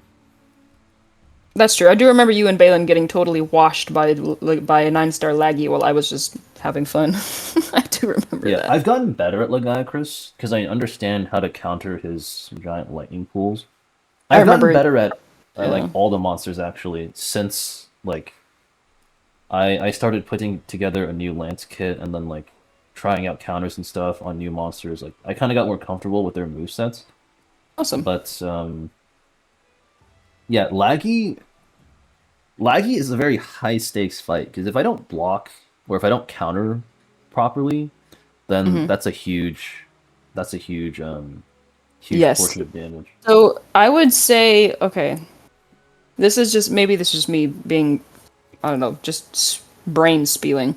But honestly, there's one thing that I do like about Monster Hunter a lot, and that's the fact that every fight tends to test you or be focused on testing a different aspect of combat. And it's subtle. Like if you're not paying attention and you don't know the game very well, you don't know yourself and your weapon well, you're not really going to notice it. But I would say Legiacris is a huge test of timing in particular, which yeah, well, isn't every weapon? I mean, it isn't every fight, right? Mm. But in particular, I think Legiacris, his hit zones, his not zones, sorry, his hit boxes, his moves, the specific speeds and gaps at which they come out are designed very specifically to counter someone who doesn't fully understand their weapons animation locks, especially 9-star laggy. He is very, very quick. He's not as quick as AT Arc, and AT Arc is its own thing, but specifically, if I, in a way that I don't really feel the pressure on in regards with something like Tempered Mizu or any of the Tempered not Elders, Apexes, I really feel pressure to watch my input timing on Legiacris specifically, and he is one of my favorite fights in the whole franchise. His Wilds iteration, I think that he is so much fun. I love his fight. I watch my timing on him like no other monster because if I miss an input by a couple seconds, I'm screwed. And granted, to be fair, I've only really played Greatsword in Wilds, right? I've played some other weapons, but Greatsword is the only one I feel like I have enough knowledge to have strong opinions in, so that could be a Greatsword thing. Maybe I'm just a fool and a liar and a freak and a weirdo.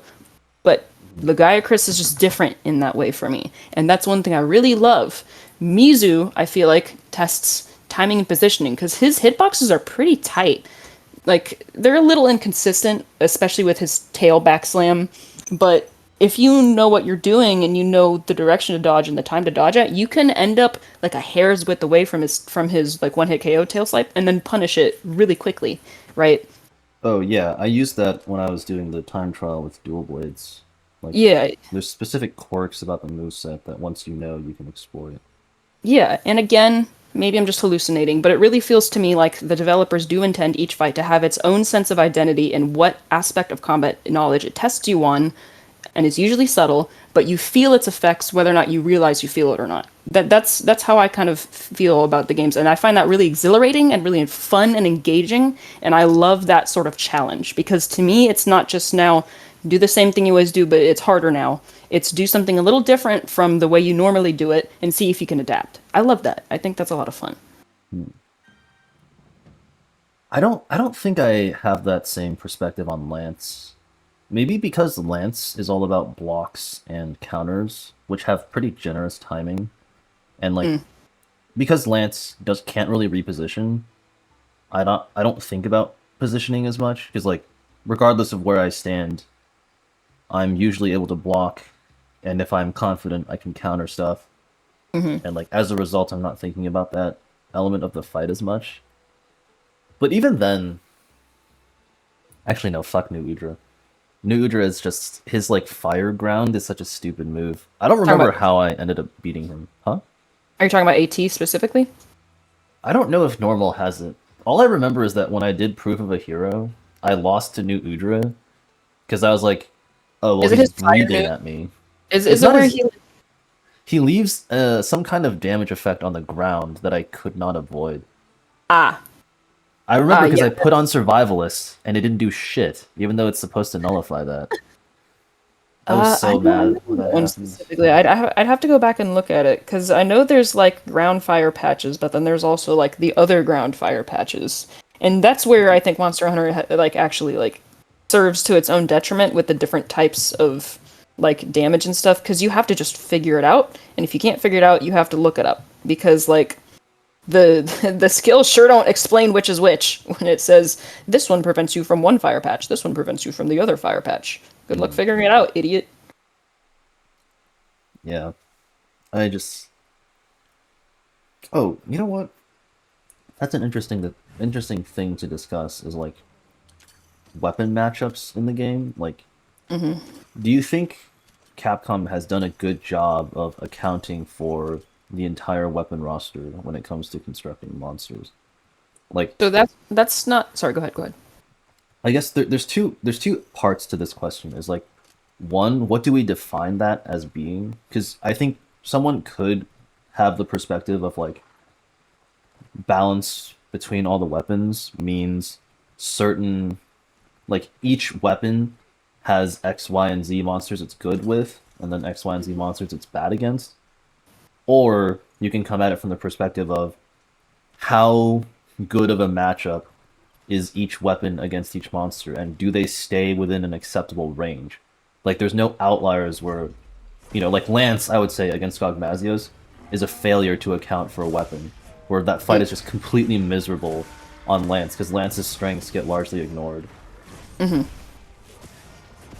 So give me a moment to think on that. I'm gonna hit the restroom real quick. I just gotta go pee, so it won't be long. Alright, But go ahead. yeah, give me just a moment, and I'll think on my answer. Yeah. Alright, I will entertain the viewers with some Arc gameplay.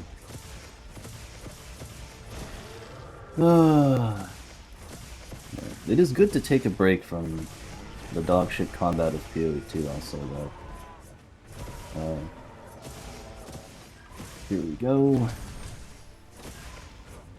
I can ramble for a little bit on PoE 2 maybe while I'm talking about this. Like, the amount of time I could spend talking about Arkfeld's moveset and the subtleties of how to avoid attacks and how to capitalize on attacks, or how to capitalize on attacks, that is like, I could probably spend more time talking about Arkveld itself and its complexities than the entire combat system of PoE 2. Like, that's how dog shit it is. And they sprinkle in the dodge roll as if it matters, but it... I don't know. If you're gonna have a dodge roll, maybe you should make the enemies, like, visible, you know? And make it so that the enemies, like those attacks that are timing based, can't be subverted by just moving quickly away or around the enemy. Like, that shit doesn't fly in Monster Hunter, but that sure as shit works in PoE too. Like, honestly, I'm so embarrassed for them that they attempted to put a fucking dodge roll in that game with that combat system. It's kind of insane that they were brazen enough to do that. Ah, man. Should probably talk about hit zones at some point during this talk, because hit zones are so they feel obvious, but like so few games have ever used hit zones as a concept. Like usually, at the most a game will do is like, oh, this point is like a weak spot, and then the rest of it is normal. I don't know of many other games that have a more complex hit zone system where it's like, okay, this point is like this multiplier on your damage, and this is this, and like dynamic hit zones where depending on if you like break a shell or you soften some part of the body, the hit zone values can change. Like that all is very interesting and worth discussing, and I think it adds so much to Monster Hunter's combat because it's not just let me hit the monster. Now it's I need to think about, where am I hitting the monster? And like trying your best to hit those those premium hit zones. I mean, in previous games it was harder because there's no focus mode, but even in this game, like a lot of AT Ark's attacks are kind of like flashy. Like he doesn't just stand in front of you; he'll like be in the air, and then he'll like dive towards you and end up behind you. And in order to capitalize on that attack properly on Lance, it's not just oh let me like do a counter. It's like okay, I'll prep the counter facing this way, and then I'll turn using focus mode in order to catch him as he's running past me or like diving past me. And that's a great example of focus mode being a boon to the combat system rather than a like oversimplification. Because now True. there is True, but I would also say that the monsters are designed around focus mode being in the game, so to be fair, you know. well, I mean, if they continue to design around focus mode in that way, then is there a problem? I don't think so, right? Problem? No, but that's matters of taste on whether you prefer to either have something like focus mode evolve the core gameplay, or if you want to go back to positioning being a lot more important, you know. I think positioning can still be important with focus mode. Oh yes, it's not completely negated, but I don't think there's an argument to be made when I say that it is less important than it used to be. Well, yeah, because with stuff like Greatsword, the amount that you have to think about your combos is Yeah. a lot less to consider because you can recover from many points to a successful slash, whereas previously you really had to think about that. Anyway, So did you, I'm gonna be come honest. up with I an was answer? thinking, I was thinking about the answer, but then I saw one of my cats being cute, and I got distracted, and I forgot what the question was. So could you? Bruh. Okay, yeah, I remember. I'll reiterate the question. We'll reiterate for the viewers as well, for the one viewer who's going to be watching this. Yeah, our goat Johnson. Johnson, we see you out there. Johnson McGee, let's go. So the question for Johnson, how, like, how do we assess the ability of Capcom to like successfully design monsters with the entire weapon roster in mind? Oh, 'Cause right, yeah, right. and the different Right, ways of how we measure right. that. Like, is it number of good and bad matchups per weapon, or is it like how good does each weapon match up against each monster? Like, is there a balance? So I would actually say I'm probably not the best person to ask this question to because I don't really play a lot of different weapons. I tend to just pick a weapon and then stick to it for the whole game and just have fun playing that one weapon. Like if you look at my like my wilds card, I think I've done less than 20 out of like the 1,000 something quests I've completed, right? I've done less than 20 that are on a weapon other than greatsword. And in world, I have done nothing but switch axe kills. And I think, and it's the same story for Rise. Like I generally just pick a weapon and then play the whole game with it, and don't really stop using that weapon. So it's really hard for me to say because I just don't have experience doing the same fight with a bunch of different weapons that I'm really familiar with. However, Hmm. that disclaimer aside, I think the answer to your question is kind of both, right? Because you have to take into mind the developer intent and the player intent have to be aligned to at least some degree for a game to be considered good and enjoyable by the people playing it. That I think is an immutable fact of any game is whatever the developer is trying to evoke has to be what the player is trying to experience to at least some degree that has to overlap, right?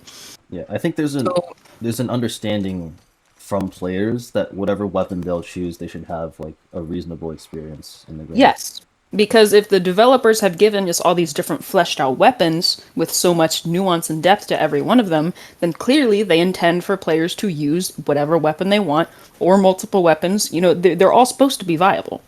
So Hmm. that alone tells you that every fight is intended to be at least viable with every weapon. Different matchups, however, do tell you that I do think there is some level of deliberate intent that some monsters are just designed to be maybe not catered to, but a better experience with certain weapons. I don't think that's unfair to say.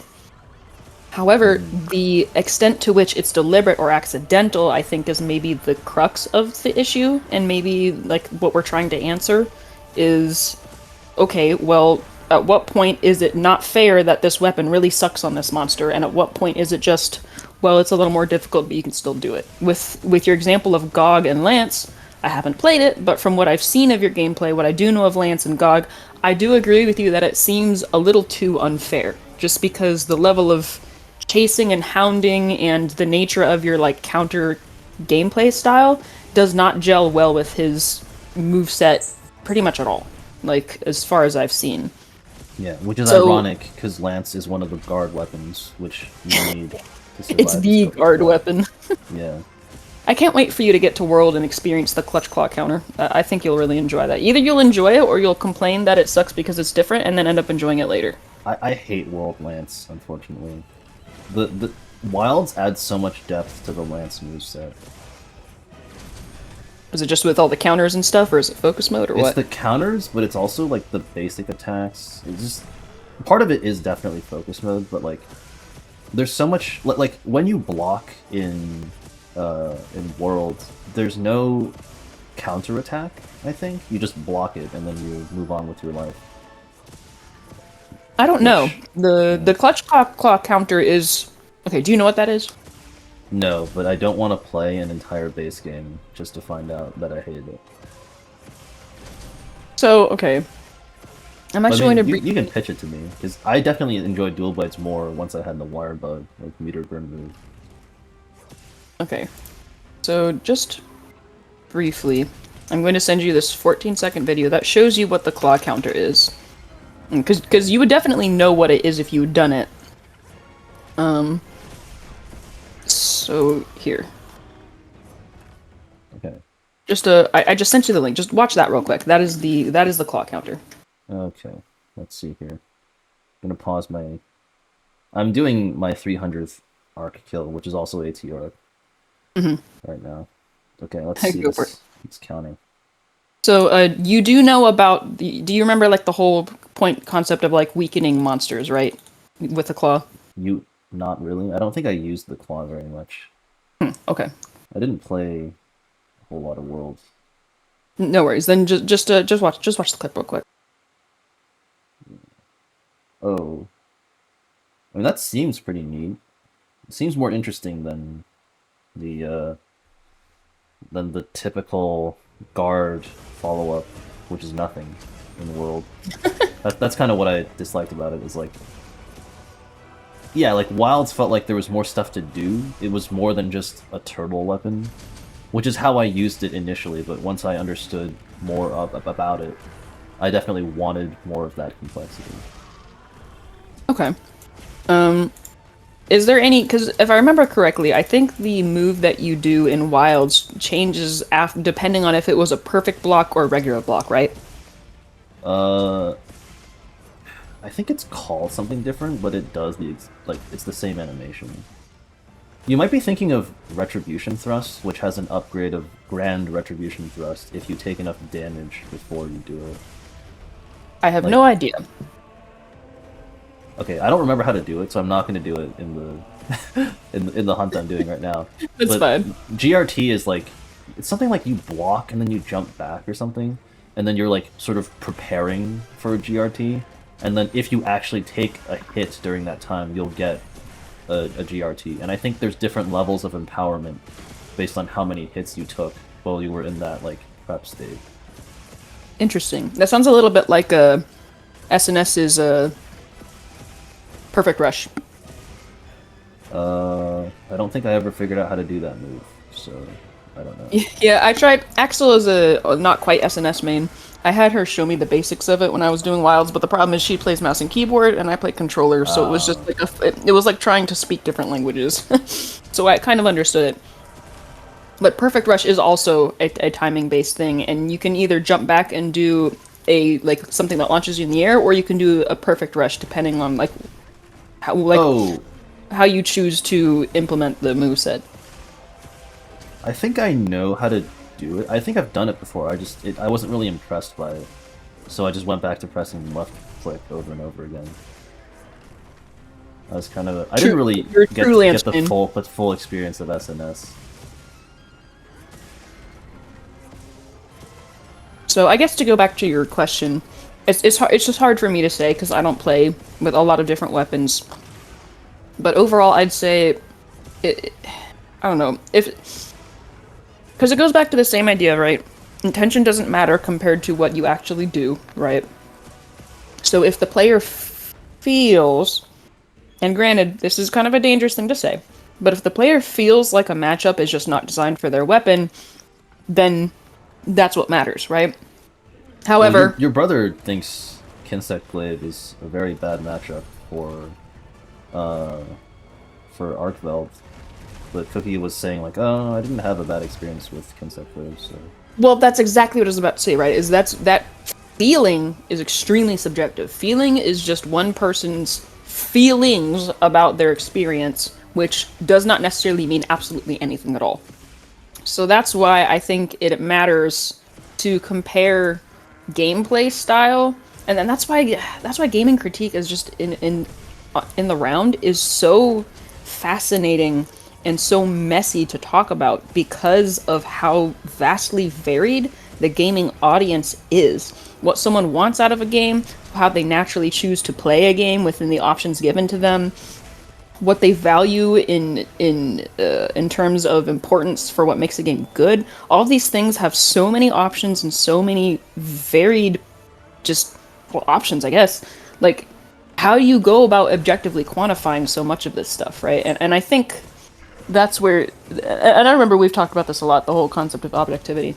But for something like monster weapon fight balance, I do not envy the team for having to figure that out, right? Like, because, you know, everyone on the team, as far as I'm aware, is an actual player. Like, when Wild's beta was out, Ryozo himself was in the mix playing Hammer with random people. Well, I mean, yeah, no one else besides GGG develops a game without playing it. So Besides that's who? they're the ones who made PoE 2. I should have They're known. retards. You know, not But, gonna miss that opportunity. Anyway, Yeah, continue. that was a good one. Good one, bravo. But just, I don't know, I don't envy them for having to navigate this, like, swampy minefield of just what's right and what's wrong. And I think they have to just kind of stick to majority and also their own experience as players themselves. Because no one understands a game better than the person who made it, but no one gets to decide how good the game is other than the person buying it. You know? Well, I don't know if I agree with that. I think there can be cases where a developer failed to account for certain interactions that might skew the balance in a way they didn't intend. You know, like for example, every balance change that's ever been made in Wilds is a result of the developers realizing like, oh, we made a mistake here, and probably the community as a collective has like gained enough of an understanding of the game to demonstrate this like deficiency in the existing sandbox. Like for example, Lance's like overhead slash, it had quite a slow animation, but it just didn't do enough damage to like reward the extra time. So they buffed it, and now the overhead slash is worth using. So that's just like a benefit of the sandbox, like correcting a previous like error in balancing. I don't know if you can really say it's like, I don't know if you can say it's objective, but like it is as close to objective as I think you can get when it comes to this discussion. Like there's a move that was mathematically not rewarding the player for its risk, and then they improved its reward, and now it better matches the associated risk. Yeah, I agree. I would also say that's probably the closest to objective you'll get. But that's also like a very hyper-specific thing, right? How do you apply that sort of logic or thinking to a monster fight in the round, right? Well, Like, how do you just say, well, this one move we buffed it, but this whole fight we need to change? Like, how do you go about doing that? I think part of the issue is that they have made some weapons that like are fundamentally different from others. Like Lance, for example. I think Lance is a big thorn in their side, balance-wise, because it does not rely on timing as much as other weapons, and positioning as much as other weapons. I believe this is why they made a lot of the 9 and 10 stars deal a shitload of damage even through guard, is because they couldn't think of any other way to punish a Lance user who's just stood there holding guard, and then the monster can't break through because guard is so strong, because there's no timing component. Like, I know you haven't played Lance, but like, as a Lance player, I've definitely noticed. I think the devs are attempting to challenge the guarding weapons, and I think they've succeeded with Lance because, I think other weapons have lower like degrees of guard. We've talked Yeah, about this with like great sword. Greatsword. Yeah. Like Greatsword blocks, but it doesn't block as much as Lance does. Lance blocks so much that the monsters are like the lower level monsters genuinely feel like they're being bullied. If I With remember correctly, I think Greatsword has the weakest natural guard in the game because it's the only guarding weapon that doesn't have an actual shield. I think that's the case. that would make sense because I think Greatsword feels like guard is not the main component of it, the way that Lance is. Like No, Lance you can relies play so OG much on builds for guard. sure, but yeah, generally speaking, I like playing OG a lot. I find it to be a lot of fun. But most people actually like when you get to like the upper echelons of players, most people actually don't recommend OG because it isn't as easy to proc as some of the other main skills. Well, it's also just probably risky against the higher tier monsters. Like you're not taking a negligible amount of damage unless you also commit to guard and guard up. Like Yeah, you will which take a then significant is hit for that damage boost. which in Wilds is a much bigger skill cost than any other game because of the weapon versus armor deco system. Yeah. Which, what do you think think- about that? I think it's. I don't remember if Rise had this, but like, No, Wilds is the first one that has the system. like, basically the weapon slot is distinct from the armor slot in terms of what you put in it. Oh, they had a rampage slot for it, but they also had non-rampage slots where you could just stick regular skills. Well, they didn't have rampage slots by the time of Sunbreak, or like rampage slots didn't really matter at that point. Well, there's no, because I don't remember the terminology, but I know for certain there's like a spec. there is like a separate slot. Yeah, Yeah, I know what you're talking about. That slot is mostly inconsequential, to the point where people just use whatever like race jewel, like literally racist, because they're like, Yes. there are jewels that are like, oh, this Yeah, one the is flying better wyvern against bird was- wyverns. yes, yeah. Or like, yeah, so that's what people use because there Yeah, isn't for- any better bonus. For most weapons, that is usually the best one. It's either that, or if I have like the basil juice weapons, I'll put on the negative affinity one. But that's about it. Yeah, you're asking me like, what do I think of the deco system, or like Wilds' system specifically? Wilds specifically, although if you have thoughts on both you want to expound on, go for it. I don't remember. Like, so is it the case that in Rise the same stuff goes into your armor and your weapon, so a 3 slot in your Yes. weapon is indistinguishable? Okay. Yes, Wilds is the first and only game in the series to actually create a delineation between armor and weapon skills categorically, and then only allow you to slot one or the other into the weapon or the armor. I think I prefer the non-wild system because I think frequently with weapons there's so little real estate and so many skills are like not mandatory but like mathematically you'd be making a mistake not using these. Like offensive guard on Lance, No brainer. to some degree guard and guard up on Lance also feel like no-brainers, and like Razor Sharp or Master's Touch as well for sharpness, like that's already 4 skills I'd like to have level 3 of. So Right. like there's just no real estate for like another like more interesting jewel, or even like stuff that you might think is essential. Like if I have a Dragon Lance, do I use Dragon Attack 3? Actually no, because I have no confidence in elements as an offensive element, or like as an offensive component of my kit. So like I just don't bother. I have it there because I have to have something, but like I'm not gonna commit to it.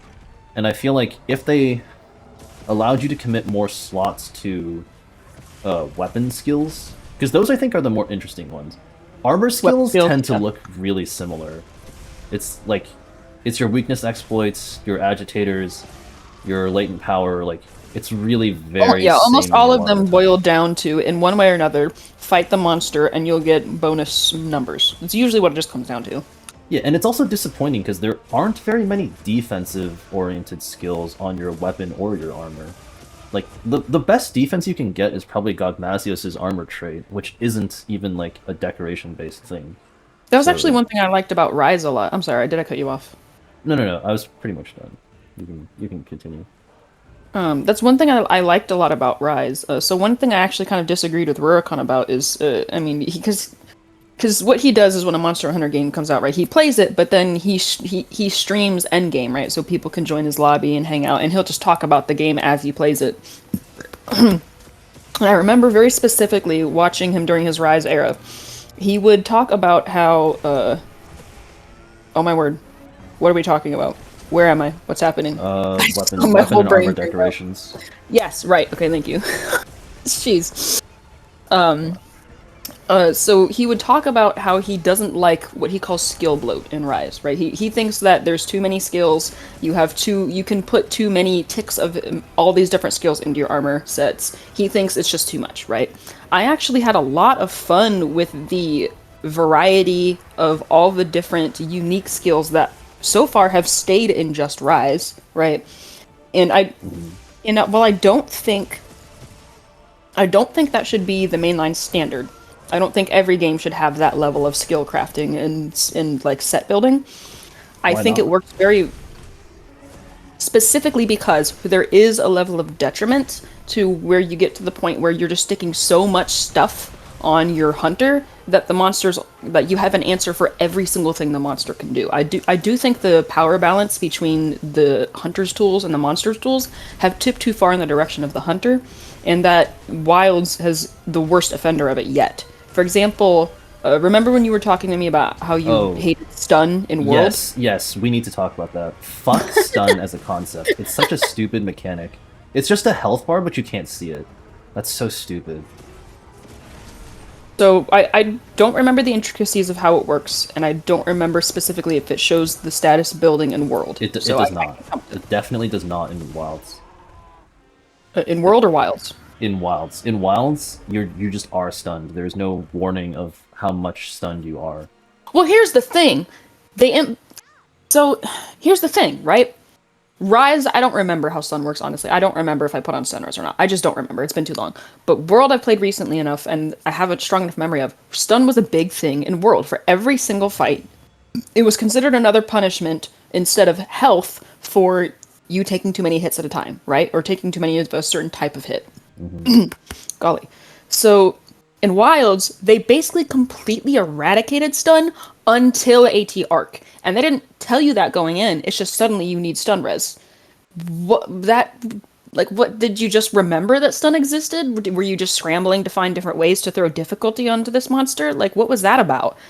In older games, where stun is a notable thing, you learn to expect it, you build into it sometimes. Like it used to be, like in World, every single kit I built had max stun res because I just didn't want to deal with that mechanic, right? And I know that's a whole nother conversation, right? The idea of eliminating mechanics that you don't want to deal with. I know. But in this instance, for World, you had the option to either get good enough to not take enough hits to the point where you would get stunned, or you just put on stun res so that you lose that extra punishment other than your health. Whereas in Wilds, they completely eliminated stun. And that was a big tool that the monsters had to have a step up over the hunters, where if you take too many hits, you can't just heal it off. You have to sit there and take another hit, and if your health is low enough, that's a guaranteed card, right? I think that is an example of a good power balance that the monsters have against the hunter that I'm frankly a little upset that they removed in Wilds to the degree that they did. Same thing with weapon bouncing. Even Gravios doesn't bounce on, I think it was like blue Hold on. sharpness I'm in gonna go to Wilds. the bathroom. Keep talking. Okay, cool. I'll be right back. Sesame, can you be quiet?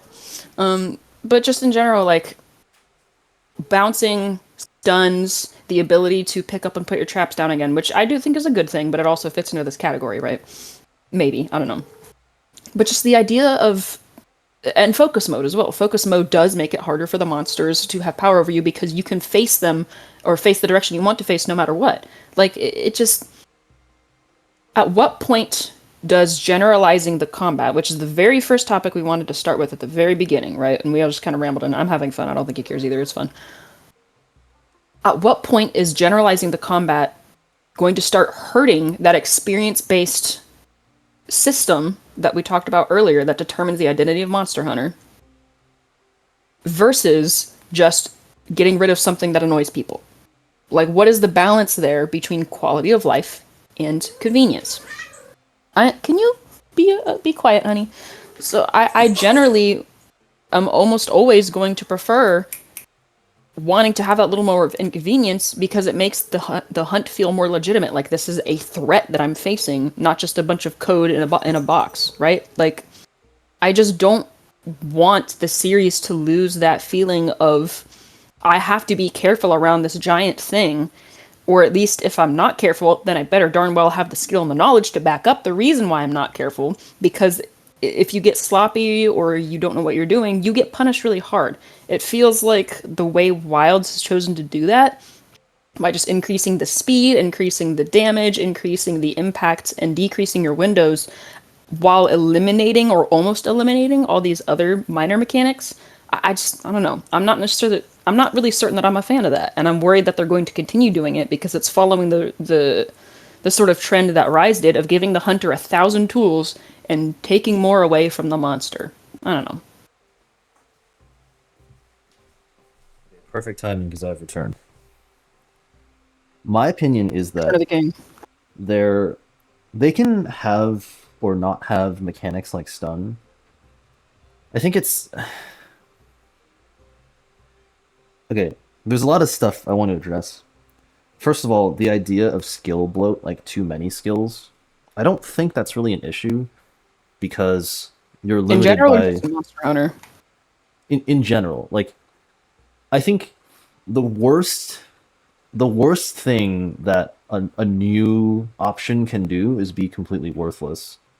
I guess the Yeah. absolute worst is it baits people into using it because it seems good, but it's not, and like it's not clear, but like that's kind of a player skill like discernment thing unless it's not clearly communicated, but whatever. Like I think more options is usually good. The problem is when not enough care is given to those new options to make them viable.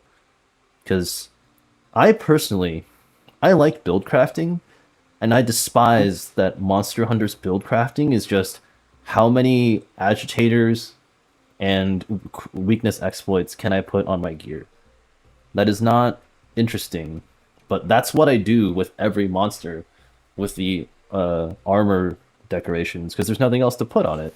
Even if I wanted to build defense, there's nothing I can really use besides like stun res or specific like square peg square hole instances of this guy does something specific that's annoying, so I'm going to slot this specific decoration that just makes me ignore that entirely. And I think that's not a great system. I prefer if there were more natural problems and solutions, but that's like a whole discussion that I feel like we don't have time for. That's fair, but I'm just curious to briefly touch on it without going into the whole spiel. What about things like stun or I don't know, like statuses like poison or something that monsters can inflict on you? What about those feel unnatural to you, and what is an example of something you would consider a natural version of that? Whether it's an actual example for another game or something that you want to see added. Actually, I wouldn't say those are unnatural. I think those are fairly generic, like consequences of combat.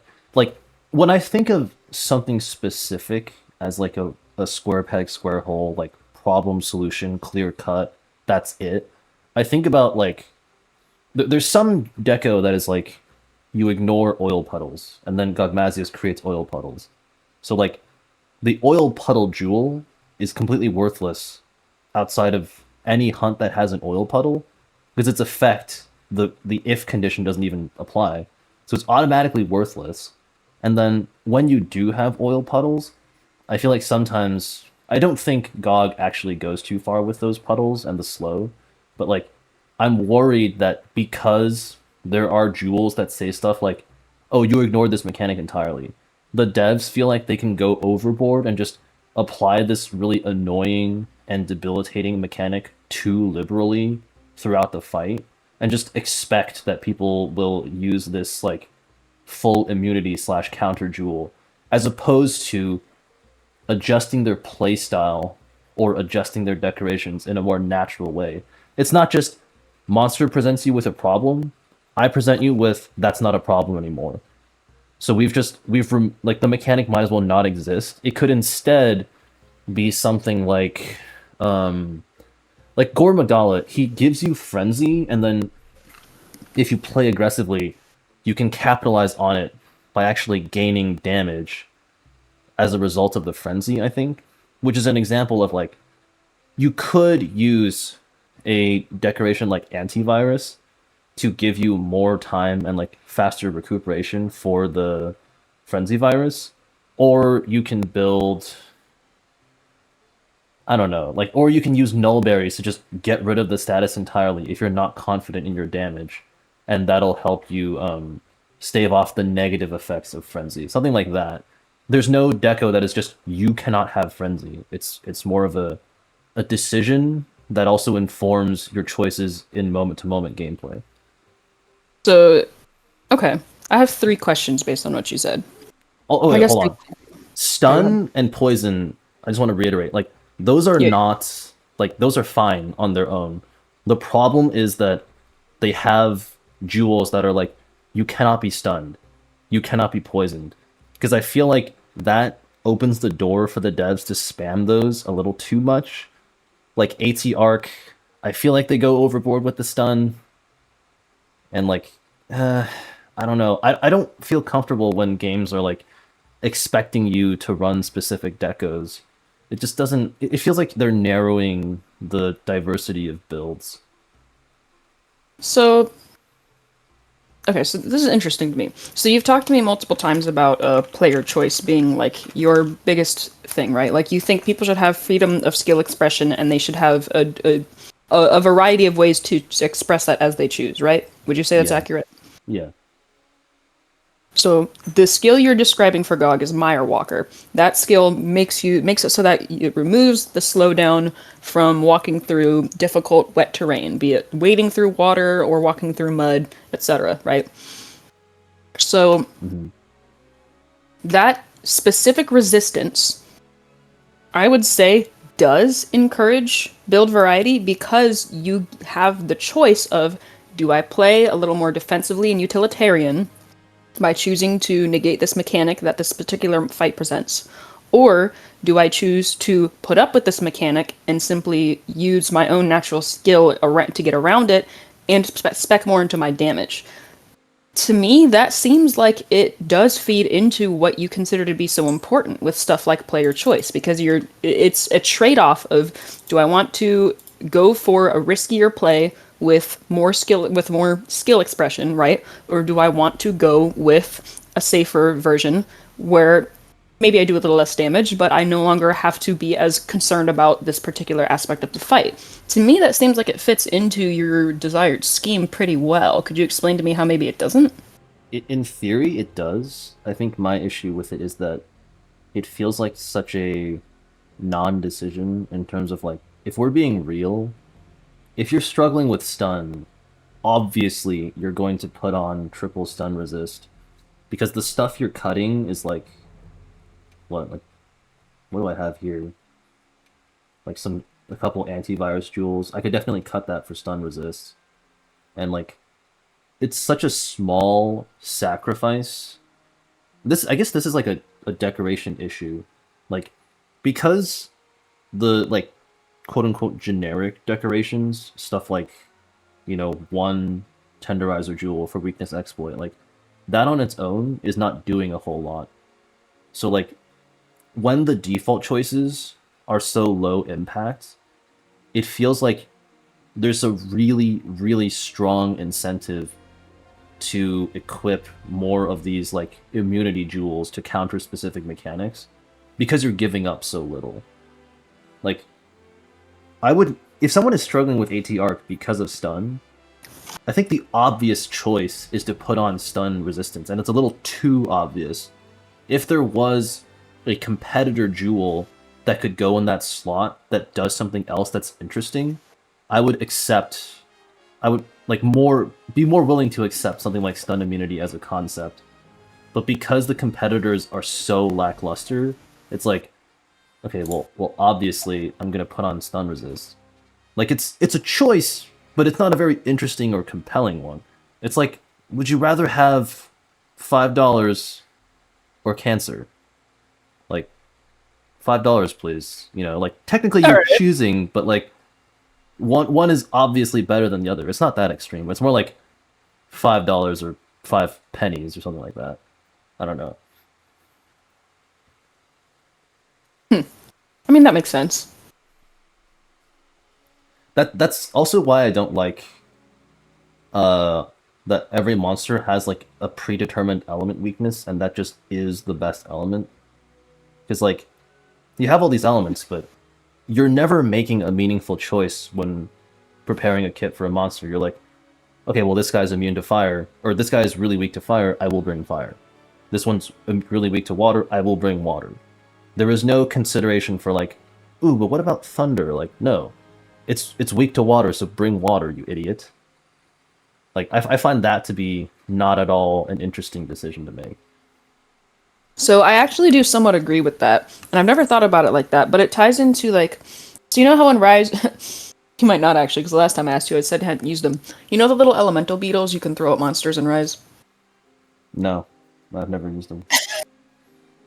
Right. So there are little bugs you can pick up around the map. There's every element except for dragon, because there is no such thing as dragon blight in the game. But, oh wait, no, I'm sorry. There's no dragon blight you can put on the monsters in the game. But if you pick up these little beetles and you throw them at a monster, each element provides a different effect. If you throw a thunder beetle and you give a monster thunder blight, it now becomes its stun capacity is greatly reduced. So if you just deal enough damage to it while it has thunder blight, you will get a guaranteed knockdown. Water reduces, like, it slashes the damage. Sorry, not damage. It slashes the defense on a monster. So anywhere you hit it becomes orange numbers. Fire just deals a flat burn damage, like most video games, like a fire blight, right? And then ice physically slows down the movements of the monster. So each of those, I think that whole concept is wonderful, and I wished so much that they put that into other games because I think that would be really fun if your weapon, and I think we've talked about this a little before. If your weapon actually dealt effects to the monster based on what element you had on hand, I think that would be marvelous because Yes, that would that would be, instantly solve my issue with this yeah, system. that not only that solve your issue, but it would also add another layer of interest and customization to how you choose to play the game, right? And what they could do instead is they could keep the elemental resistance thing and the weakness thing, but just scale it down a little so that you're encouraged to use one, but if you want to, you can use something else that maybe better suits your playstyle, right? Like, I do wish they did that more because I thought that was such a cool mechanic of Rise, and I would use it every single hunt that I could just because I thought it was fun. Like, and isn't that the point, really, to just have fun? Honestly, I think that single change is so significant. I think I don't know how to quantify it, but it's like half of like a number out of 10. Like if the game was a 7 out of 10 and you made two changes of that level of like quality and improvement, it would become an 8 out of 10. Like that's how great of a change that would be. And I don't understand why they don't do that. Because it's so natural for elemental weapons to inflict elemental effects. Like I was wondering like is that a thing in Monster Hunter? Because I looked it up and I was like, doesn't seem like it is. Which I found odd. Because of course there's the natural consideration of like, okay, this guy's weak to this, but also maybe I'm more comfortable with inflicting this element. Like maybe I like this monster to be slow, even if it's not particularly weak to ice. Because I like when I'm learning the fight, I want some extra wiggle room. And You know? plus, that would not only that, but it would actually change the landscape of Element versus Raw, because then you'd have another reason to spec into Element, even if the damage is in the same. Yes. Element needs all the help it can get. The only reason Raw doesn't dominate Wilds is because, well, it does dominate Wild. It's just that weapons, there's no opportunity cost to having Element on a weapon, so everyone uses it on weapons. Right. You know, like that is actually something I've thought about before because I was actually for a while, I don't remember why, I must have misread something in the game, but for a long time, like hundreds of hours in Rise, I was under the impression actually that your weapon did slowly deal that effect over time. I always just thought maybe I wasn't dealing enough element damage because maybe I just wasn't specking into it hard enough. But that isn't the case. It's only if you throw the beetle at the monster, and if a monster is naturally resistant to any particular element, if you use that same element beetle on it, it's going to work for a much shorter period of time or much less damage. So like if you throw a thunder beetle at an Astalos, you're only going to have like, I don't know, 20 seconds to get the knockdown, whereas on another monster that's weak to it, you might have almost a full minute, right? And I just really thought it was a great mechanic and something I loved a lot about Rise that I don't know, it gave me all these ideas for what, like you said, why don't they implement these things? I feel like Yeah. it wouldn't change the identity of combat, it would just expand on it. And guess what? That would work so well with a weapon swap system. Because now the two different elements inflict different ailments. That's very But true. no, actually. they didn't do that. Like, I also had an idea for, like, a type of escalated monster that isn't tempered, but instead it's like a bisexual monster or something, where, like, if you hit it with one element enough, it, like, changes gender, and now you have to hit it with the other element. And, like, they're randomly determined before the hunt. So, like, you could have a fire thunder Raidou, and then the next one is an ice water Raidou. And that's a way to have, like, to justify having different element kits while still fighting the same monster across different hunts. You could argue by technicality that Alatreon did the very beginning version of that by being able to swap between fire and ice if you don't do enough damage. But Alatreon needs to relax. That has other problems. well, You're not wrong. Also, like the whole point of the fight is to prevent it from doing that, though. So, like, you're not supposed to. Like, if he does swap from fire to ice, You're screwed, kind of right? wrong. Well, it's not so much that you're screwed; you can still kill it. So the way the mechanic works is there's two important aspects to the fight. There's the elemental knockdown to weaken his Eschaton Judgment, so you don't guarantee. Yeah, because you have to break the horn to switch his element. Yes, once he goes. There's only two horns. So yes, so he starts in ice or fire, depending on which version of you're doing, right? And then he swaps to dragon right before Eschaton Judgment, and you have however many minutes in dragon mode to snap one of his horns, because if you don't, after Eschaton Judgment, he will swap, and since he's weakest to ice when he's fire mode and vice versa, your weapon then becomes functionally useless. So Yes. either you cart to Eschaton Judgment, and then you go swap to your fire mode, if he swapped to ice, right? Or you deal enough damage to keep him from swapping, you don't cart, and you continue on with the weapon you currently have. Wasn't that the source of an artificial timer with Alatreon? Because you can't, like, once you're out of horns, there's nothing you can do to make him swap. He just will kill you. Because he will switch, and then you don't have the right element, so you're screwed. You can't you can't suppress his judgment. Generally, so the knockdown is separate from the horns, right? That's what I was illustrating. Is breaking the horns is purely to keep him from swapping element. If you break the horns but you still don't get the knockdown, you'll get the Eschaton Judgment that kills you, but he won't swap element. So it's two separate mechanics that interplay amongst the fight, but are not directly related to one another. Does that make sense? If you get the knockdown but you don't swap his element, you're screwed on the next judgment, right? Correct, because there's no such thing, because the Farcasters don't work. Yeah, that was my point. Because I remember in the video them saying, like, you can't just leave and switch weapons, so yeah. Yeah. You might as well cart in that case. Yes, because then you're only dealing raw, and you have absolutely no hope of getting his EJ off. So, yeah, it's just like that. I would say you could maybe point to that as like the beginnings of trying to implement something like what you described, but that was also a fight designed to make people play differently from the whole rest of the game because of the element thing. So I don't know. I mean, they could just It's have up to you whether or not it it be counts. dynamic weaknesses rather than if you don't do this damage, you lose. Like, Yeah, that's like the Beowulf. problem, is if you don't deal it, you lose. It's not that you get a reward for matching it. You know, I don't know, it's one of those things where, like, I love Capcom, and I feel like they have a really solid basis that they kind of operate on when it comes to development that I think you can see reflected across most of their games. Like, you can tell when a game is a Capcom game, right? For better or for worse.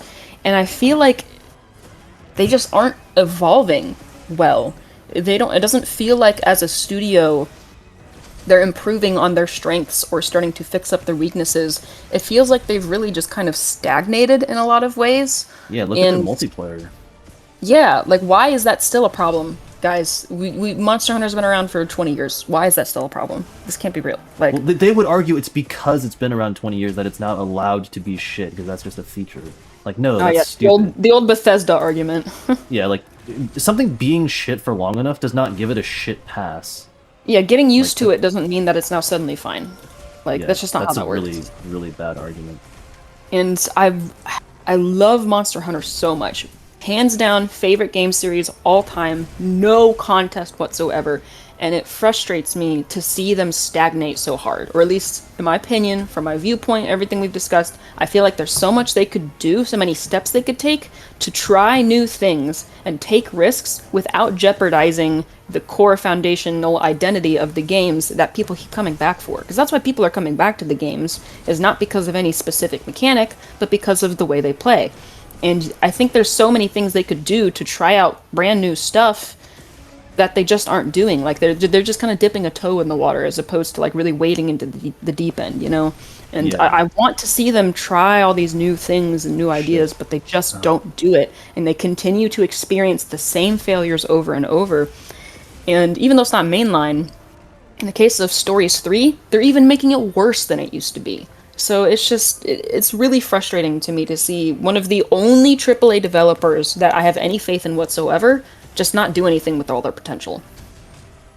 That's actually one of the reasons I've lost some trust in a lot of studios. Like when I see, this is also why I'm so harsh on this game. Is like they have such a strong foundation, but they make obvious mistakes. There are so many elements of Gogmazios that are obvious mistakes.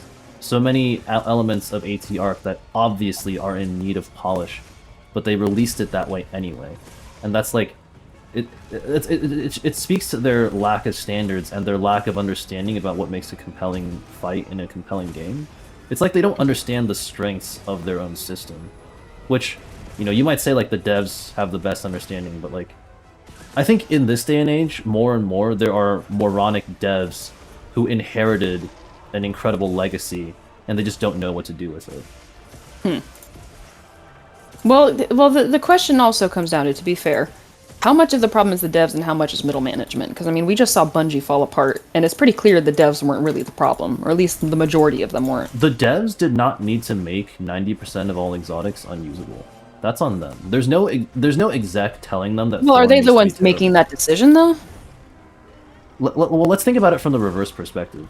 Do you think an exec is going to tell them this exotic primary needs to do this little damage? Is an exec going to step in if they decide to buff that shitty weapon? Or buff this terrible armor piece? Or make this Genuinely, I terrible no. rework? Because right, executives are not middle management, right? Executives are upper management. I'm talking about like the people middle management who are making the decisions delegated down to them from upper management. Like, because at my current job, right, actually just got promoted, which is really great. I'm happy about Okay, it. But I'm nice. starting to experience already what some of the middle management aspects are like, and you know, I have very little experience to draw off of. This is my first time being in a leadership position, so I'm by no means any form of expert. But it seems to me like it's genuinely difficult to blame the small guy because most of the time they don't really have a choice. And obviously, game development is a huge difference from like working at a warehouse. It's a creative aspect that has a whole different team setup, right? But Well, ultimately, I would just be more interested to get a closer look at who is making the decisions, even down to something as fine as that, before I start looking and pointing fingers at the little guy, because they can only do so much. I mean, just look at how much stuff they released and how well received it was. It was all these changes that people wanted for Destiny 2 right before its death. To me, that reads as things the devs wanted to add for a long time, but weren't given the choice to. You know what I mean? I think they're just. I mean, I definitely. I guess we define like the little guy differently. I think the people you described as middle management, I would have put under the umbrella of like the devs as opposed to the execs. Like I would draw Because the line to me, devs is literally the people making the coding of the game and nobody else. Like that's to me, that's what I think of when I hear the word devs. Sometimes there is overlap. Like, I mean, at my job, actually, okay, I guess my manager doesn't.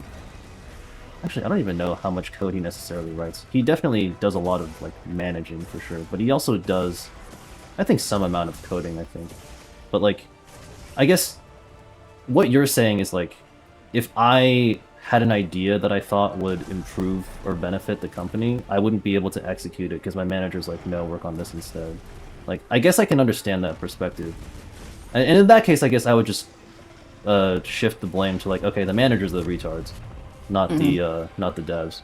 But like, there's definitely some level of their workforce that is brain dead. Regardless of who it is, they exist. Because the number of blasphemous updates and horrendous balance changes is unacceptable. Same with like, you know, the reason I'm so harsh with games is like, people get paid to implement these changes. It is a job, that are yeah. awful. Like, I know you don't really know anything about PoE 2, but like, I was extremely critical of the recent update because they called it an endgame rework. But it's just, okay, we added some small stuff. There are still so many problems that weren't addressed. And then, like, we added a couple things that don't matter. Like, new bosses in a game where bosses are just pinatas. They're just health bars to be depleted and their moves are irrelevant because you can just blitz them all in 2 seconds. Like, who cares? Please fix the performance. Fix the dogshit itemization and crafting system. Instead of adding new stuff that is also bad. Because everything has an opportunity cost. Everything you develop means sacrificing another like piece of content you could have been working on. So it pisses me off when Capcom is like, yes, let's make another fucking iteration of Arc-Tempered Apex monsters. Instead of like, you know, maybe addressing like you know, the element thing where it's like, okay, the elemental damage doesn't really feel very compelling on a lot of weapons. How can we address that? Like, I don't even know if that conversation is really being had at any level. Because I don't know if they think it's a problem. Well, there's no indication that they seem to consider it as something they want changed, right? As the way Element functions, or like the way it's implemented in the game, has been completely immutable, other than maybe that one Rise instance with the beetles, and that's not your weapon. That's just like a tool that you find in the field. Yeah, that's what's concerning. Is like, I don't even know if they think it's a problem, let alone whether they're planning on addressing it. It's the same. What was I thinking about? It's the same with like the environment system where like I can't just hunt what I want. I have to like go into the tent and rest. Like, do you guys want that to be the experience? Or like the multiplayer system? Do you guys actually think it is a problem? Like, if I had an interview with them, that's the first thing I would ask. Do you guys think this is a good system? Yes or no? If yes, you're all fired. If no, you're also fired. Because you should have fixed it then. You're also fired. So in conclusion, you're all fired. Yeah, But, like, apparently. it's so frustrating. Because the dogshit multiplayer and the lack of clarity on some of the in-game bonuses and stuff like that, that drives people away from the game. Huh? No, it definitely does. Sorry. You said some. I was just like more like most, because like the number. So okay, so Monster Hunter Now, right? That's the greedy cash grab app, right? So one thing that we've had to figure out, like as a fan base of the game, is there's 3 different types of damage, right? There's raw, there's element, and then there's overall. Those are the 3 types of buffs to your damage that you can get. Except the skills don't delineate which one. You have to figure out from the wording which one it means. Okay, if it says damage, I think it means overall. If it says boost your attack, that should be your raw. But this one says this one, and it actually does this. Like, why does it just not tell you outright? And this is a huge problem with the mainlines as well. Is the skill descriptions are just off. Remember that experience we had where like we were arguing about what guard versus guard up does? Yeah.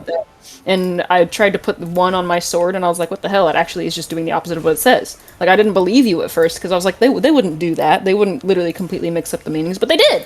They completely mixed up the meanings. It's backwards. How is that possible? I got an explanation about what exactly is going on with that mechanic, and it's really stupid. And the fact that it's not explicitly said in the game is stupid.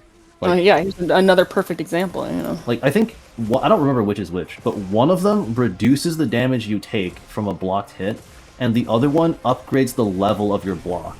So like if your block level is high enough, you would take no damage or reduce damage, and that's why that one, despite not saying it reduces the damage, can reduce the damage or Okay, nullify it that does entirely. make more sense.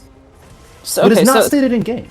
yeah, it doesn't say that. You have no way of knowing that off rip without figuring that out either through a third party system or like a lot of trial and error, which shouldn't be the case. Yeah. And You if know, you do discover it through trial and error, like what are you to make of this? Like, is it a bug, or like is this intended behavior? How does this like what other stuff have I been missing in the game? Like it makes players less confident in the information they are given when so much stuff is completely left out like that. And that's 100%. why like people play like Browser Hunter with just a million different tabs. Like that's what I do. Maybe Because like you can't just tell me it gives more attack. Like what does that mean? How does Yeah. attack factor into the damage equation? Like if I'm Yeah, missing why a do some- single element of the formula, I can't figure out the end result. I need And all why the do numbers. why do some skills give you the numbers where others don't? Like, what's the difference there? Why is that It's such? it's because they're hacks and they deserve to be fired. That's why. Like it's so frustrating. This is your job, guys. Yeah. How hard is it? And you can't even argue it's like an overwhelming thing for the new players. Like, it's a fucking number. If you don't want to look at the number, just don't! It does more damage! There you fucking go! Oh my god.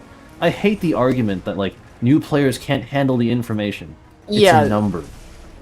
Yeah, like there's a difference between like I think there's a level of expectation that a player needs to go into, right? Like you cannot judge a game if you go in expecting it to be something different and then like completely different from what it is and then you're disappointed by that. Generally speaking, you can tell from most of the time, you can tell from an outside just looking at the genre of a game what level of complexity to kind of expect. Like if I were to start playing any MMO pretty much ever, I would know there'd be a lot of reading, a lot of numbers, a lot of controls, a lot of menus that I need to learn. And it's up to the game to find a way to effectively and concisely communicate that information to me in a way I can build off of and quickly learn how all of it functions without fighting for my life, getting lost or confused, scratching my head, not knowing where to start, right? That's an And- important element of the game. That is the Yes. game's job. That is to literally what the game concisely is. and clearly communicate that information. Yeah, exactly. It's the same thing with UI elements. Like, if the UI UI for elements is your part of it, for sure. like if your UI just didn't show your elemental resists and you had to calculate it yourself, it's like fuck off. Please just tell me. You know, like Yeah. nobody would advocate for like, yes, let's get rid of the UI. You can't tell what your health is. You just have to know. Like, obviously that's stupid. Yeah. Yeah, like I don't mind that being the case for the monsters because you have visual indicators, but like you need to keep yourself alive, so like you need to know that. It's just UI is a big failing point of Capcom in general. Like I've yet to see a game, a Capcom game, where there isn't some kind of major fail point with the UI. Like no matter what, that just seems to be a huge weakness of theirs. And again, that's something they don't seem to bother to try to improve on. They don't bring in any consultants, they don't look at outside like groups, they don't try to replicate other games, they just do whatever they want and it never makes sense because they're bad at it. And I don't get why they seem to not care. Yeah, honestly, the cynical response would be that they have enough support from like, how do I put it? Like fanatics, like shills, maybe that's the word for it. Like fans who just love the series and therefore are Refuse not willing to let a critique it. single criticism through. Like it's Yeah, the same yeah. thing with the retards who just mindlessly defend GGG despite all their terrible choices. Like the game will go down in flames just like fucking Helldivers 2 if it continues at this rate, except the tiny player base that's like in favor of it is going to be cheering the whole time the ship sinks. And then everyone else is already in the boats. Like, yeah, fuck this. It's so delusional. Well, so that kind of the idea of toxic positivity, right? Mostly people, when it comes to games, look to it in the workplace. I'd be curious to see if there's any sort of measurement or study that can be done to determine how much the devs actually pay attention to toxic positivity from the fan base. I don't remember who I was watching. I think it might have been LD, because I love LD and he's great. But but there was someone I was watching where in the video they were discussing the way critique. I'm pretty sure it was LD. They were discussing the way critique should be received by the developers because I think it was like, it's the classic story of some dev posts some snarky, well, go play a different game type deal, right? One of those, and the YouTuber's response was basically, listen, no matter how, if someone is saying something, if a player is saying something about your game, even if they're calling you slurs and they're yelling something nasty and they're complaining about the game, it is your job as the developer to take the actual critique out of that message. Because if the player's upset about something, how they express it doesn't matter. I mean, it does, but for the sake of the argument at hand, how they express it doesn't matter. They're still expressing that they are dissatisfied with an aspect of your game. And it's up to you to identify whether or not that's a viable critique. And if it is, then make a change on it, right? Because there's some people who just complain, why is my sword bouncing? Well, you haven't sharpened it. Well, why isn't it sharpened for me? Because it's part of the, obviously you ignore that person. But there's a huge responsibility on the heads of the devs to pay attention to the feedback no matter how it's delivered, specifically the critique, because the critique is more important to listen to than the praise, I think. Yeah, I think it's also important to accept, like, for devs to realize that they can't please everyone. Some people will be like, I'm not a fan of this sharpening mechanic. And devs can be like, okay, you can't please everyone. Yeah, So if without being snarky about it, you just say, Yeah. I'm sorry you don't like it. That's a core aspect of our game. And I'm afraid that, I mean, we see this with, like, a lot of modern movies. Like, The Acolyte, right? That god-awful Star Wars show, like... Balin's told me about it, and I've watched people talk about it, but I will never curse my eyes with it. Yeah, I've never seen it either, but, like, it's clear from seeing some of the, like, meta knowledge, like the interviews and stuff with the creator, that, like, wow, she really thinks she did a good job. Yes. Yes. So, like, that's what I'm concerned about, is, like, these horrendous devs making these terrible choices. Like, I don't think they even realize they're doing anything wrong. And, like... No, I don't think so either. Okay. I'm going to bring it back to PoE 2 for a second again. Because I fucking... I despise the fandom of that game. You've been on a big Like- PoE 2 video kick. Like, I don't even...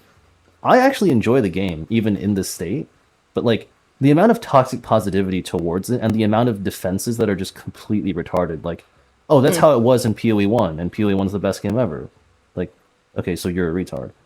Like, or, like, the devs very infamously said, like, okay, we heard player feedback about the zones being too big. We've heard you. We've reduced the health of the monsters in the zone. What? Like, are you brain dead? The problem is the fucking traversal times. It's not the monsters. And then they were saying, like, man, we don't want people to run past the monsters, so we're gonna make the monsters absolutely fucking annihilate you if you try to run past them. Like, Oh, dude. maybe Okay. maybe the answer is to make the monsters worth killing. Wait, Okay. stop for a second. I need you to look real quick at the links I sent you earlier while we were talking, because that literally describes exactly what you're talking about. The first link and the second link is literally a clip that Balin sent me from when you two were playing, and that exact thing happened. I think if you saw what Rise gameplay looked like, you might understand better. think it's much like This looks familiar. more than Rise. Oh, yeah. I don't think I. He just gets ganked. Yeah. Well, it's not only the first clip, right? And it's ironic that you guys are also talking about Monster Hunter in the clip. There's something funny about that. Yeah, we were talking about Rise. Just he gets That mommed, is kinda and then just- just You gotta try and the dies. drug And then in the second knife? clip, Yeah, Kinsek clip. you're just watching his perspective, so you don't see it happen. I mean, But you just see like a couple enemies run, I'm a and dual then you blades see enjoyer. a couple Maybe I'll like switch it up. blasts from your character, and you Dual just blades. go okay, Oh. and you just know, Yeah, I just also collapsed dead. you just know without even seeing it that the exact same thing just happened to Yeah, you. it's like a Tom and Jerry skit. It's Yeah. so funny. Like, it's hilarious, but that's exactly the problem you're describing. I love those clips so much. I keep them lovingly stored, like dusted off on a shelf in my That- drive. Because they're That's not so- even close to the worst aspects of the game. But yeah, that is... It's just okay. I'll scream. Yeah. Ugh, marvelous. Monster Hunter is... I don't think I'd mind if a lot of different companies, like for example Bungie, I actively hope for their bankruptcy, so we don't ever have to see another product from them. But like a game like Monster Hunter, its fundamentals are so strong. I'd hate to see it go to waste on like a half-baked game. And like yeah, it's disappointing that it seems to be well, I don't know about that yet, but like there are warning signs like Gogmazios. They really I want to believe that they understand their mistake, but they made a 10-star version and they made it like infinitely worse. So I don't know, man. There No, better I not be agree. like 12-star God. And it's kind of hard too because like just I've mentioned a couple times now, but me personally, I generally am a positive and optimistic like person overall. I don't like looking at things cynically. I don't mind looking at things critically, but I mind looking at them cynically. Like I tend to hope for, sometimes expect, and also root for things to be better always, right? Almost always. But I think I think there's it that can be very detrimental to me because it can make it so that I overlook things that I shouldn't, or I choose to ignore warning signs like this. And when it comes to it, if you step back and you look at the big picture, this is just a game. It really is just a game. But if you look at an even bigger picture, this is a triple A game in an industry that is crashing and eating itself apart right now. Like Yes. the games industry is on the verge of collapse, and I for one can't wait to watch it happen. Right? And Like the games are only getting more and more expensive despite an overall drop in quality. yes, like the GTA 6 thing being $80 because Nintendo normalized $80, and everyone waits for Nintendo to do their thing and then Oh follows god. suit. The Right? Mario Kart World defenses were so hilariously pathetic. Like the game is just bad, guys. It's just bad. I You don't never need looked to into this. I wouldn't know. they took the normal like 3-lap format around one track and they turned it into like a bunch of highways. Like you're just going down a long and relatively straight section of track and then maybe you get to do one lap around a real track. Like Interesting. that's like not optional. You just a lot of the races in like online lobbies just are that or they were that at some point. Or something like that. And I was just like what have you done? What have you done? It's like if they took Monster Hunter and they were like, okay, in Monster Hunter, I don't know, the next one, every large monster fight is preceded by 2 stages of hunt down some random small monsters. Like you have to kill 5 Ceratonoths before you can hunt the Raidou. Just like, what is this? Like, that, you could argue that some people would enjoy this format more, but at the same time, this is clearly a departure from the previously established format, and a lot of your player base is going to see this as annoying, tedious, busy work that they're I- not interested in doing. Yeah. It's I don't know, man. I wish they did better. I really wish they did better. Yeah, me too. Maybe this is a good place to wrap it up before it gets too depressing. Well, I All right. think the good news is that at the end of the day, it's true that nothing good will last forever. So, I mean, sure, I wish Monster Hunter lasts forever. I mean, I'd keep playing it in my 80s if I was still alive and they let me. But, no matter what, they have had good things thus far. And so far, even though I am concerned about the direction things are heading, I choose voluntarily to be optimistic in that it either won't get too bad or it will get better. You know? Yeah. I mean, either way, you and I will not really impact the direction of the franchise, I think. No, no, trust. This video is gonna blow up, and Rurikon's gonna see it, and Heavy Wings is gonna see it, and Team Darkside is gonna see it, and they're all gonna forward it to Ryozo Capcom himself, and he's gonna come give us free copies of the next Monster Hunter game, and he's gonna hire us immediately. And I'm going to rate it poorly because they still have this terrible multiplayer system. And it's going to have performance issues too. and, and then the whole team will commit seppuku because they're so devastated they disappointed you. Yeah. Ugh. All right. let's wrap it up there. Yeah, that was a good Good chat. talk. Yeah, Yeah, that was fun. I had a lot of fun. yeah. Maybe we'll do My, another one of these sometime. I'd love to. Maybe it's we could either go on another just big ramble, or we could maybe like come up with like a question plan beforehand and like some specific points to cover. Yeah, yeah. We'll see. Mm-hmm. All right. Also, I'll upload this file to my drive and then send you the link so that you can access it if you need to. Okay. I'm probably just gonna upload this unedited because I think I Yeah. have all the audio stuff. But yeah. Anyway, wrapping it up there.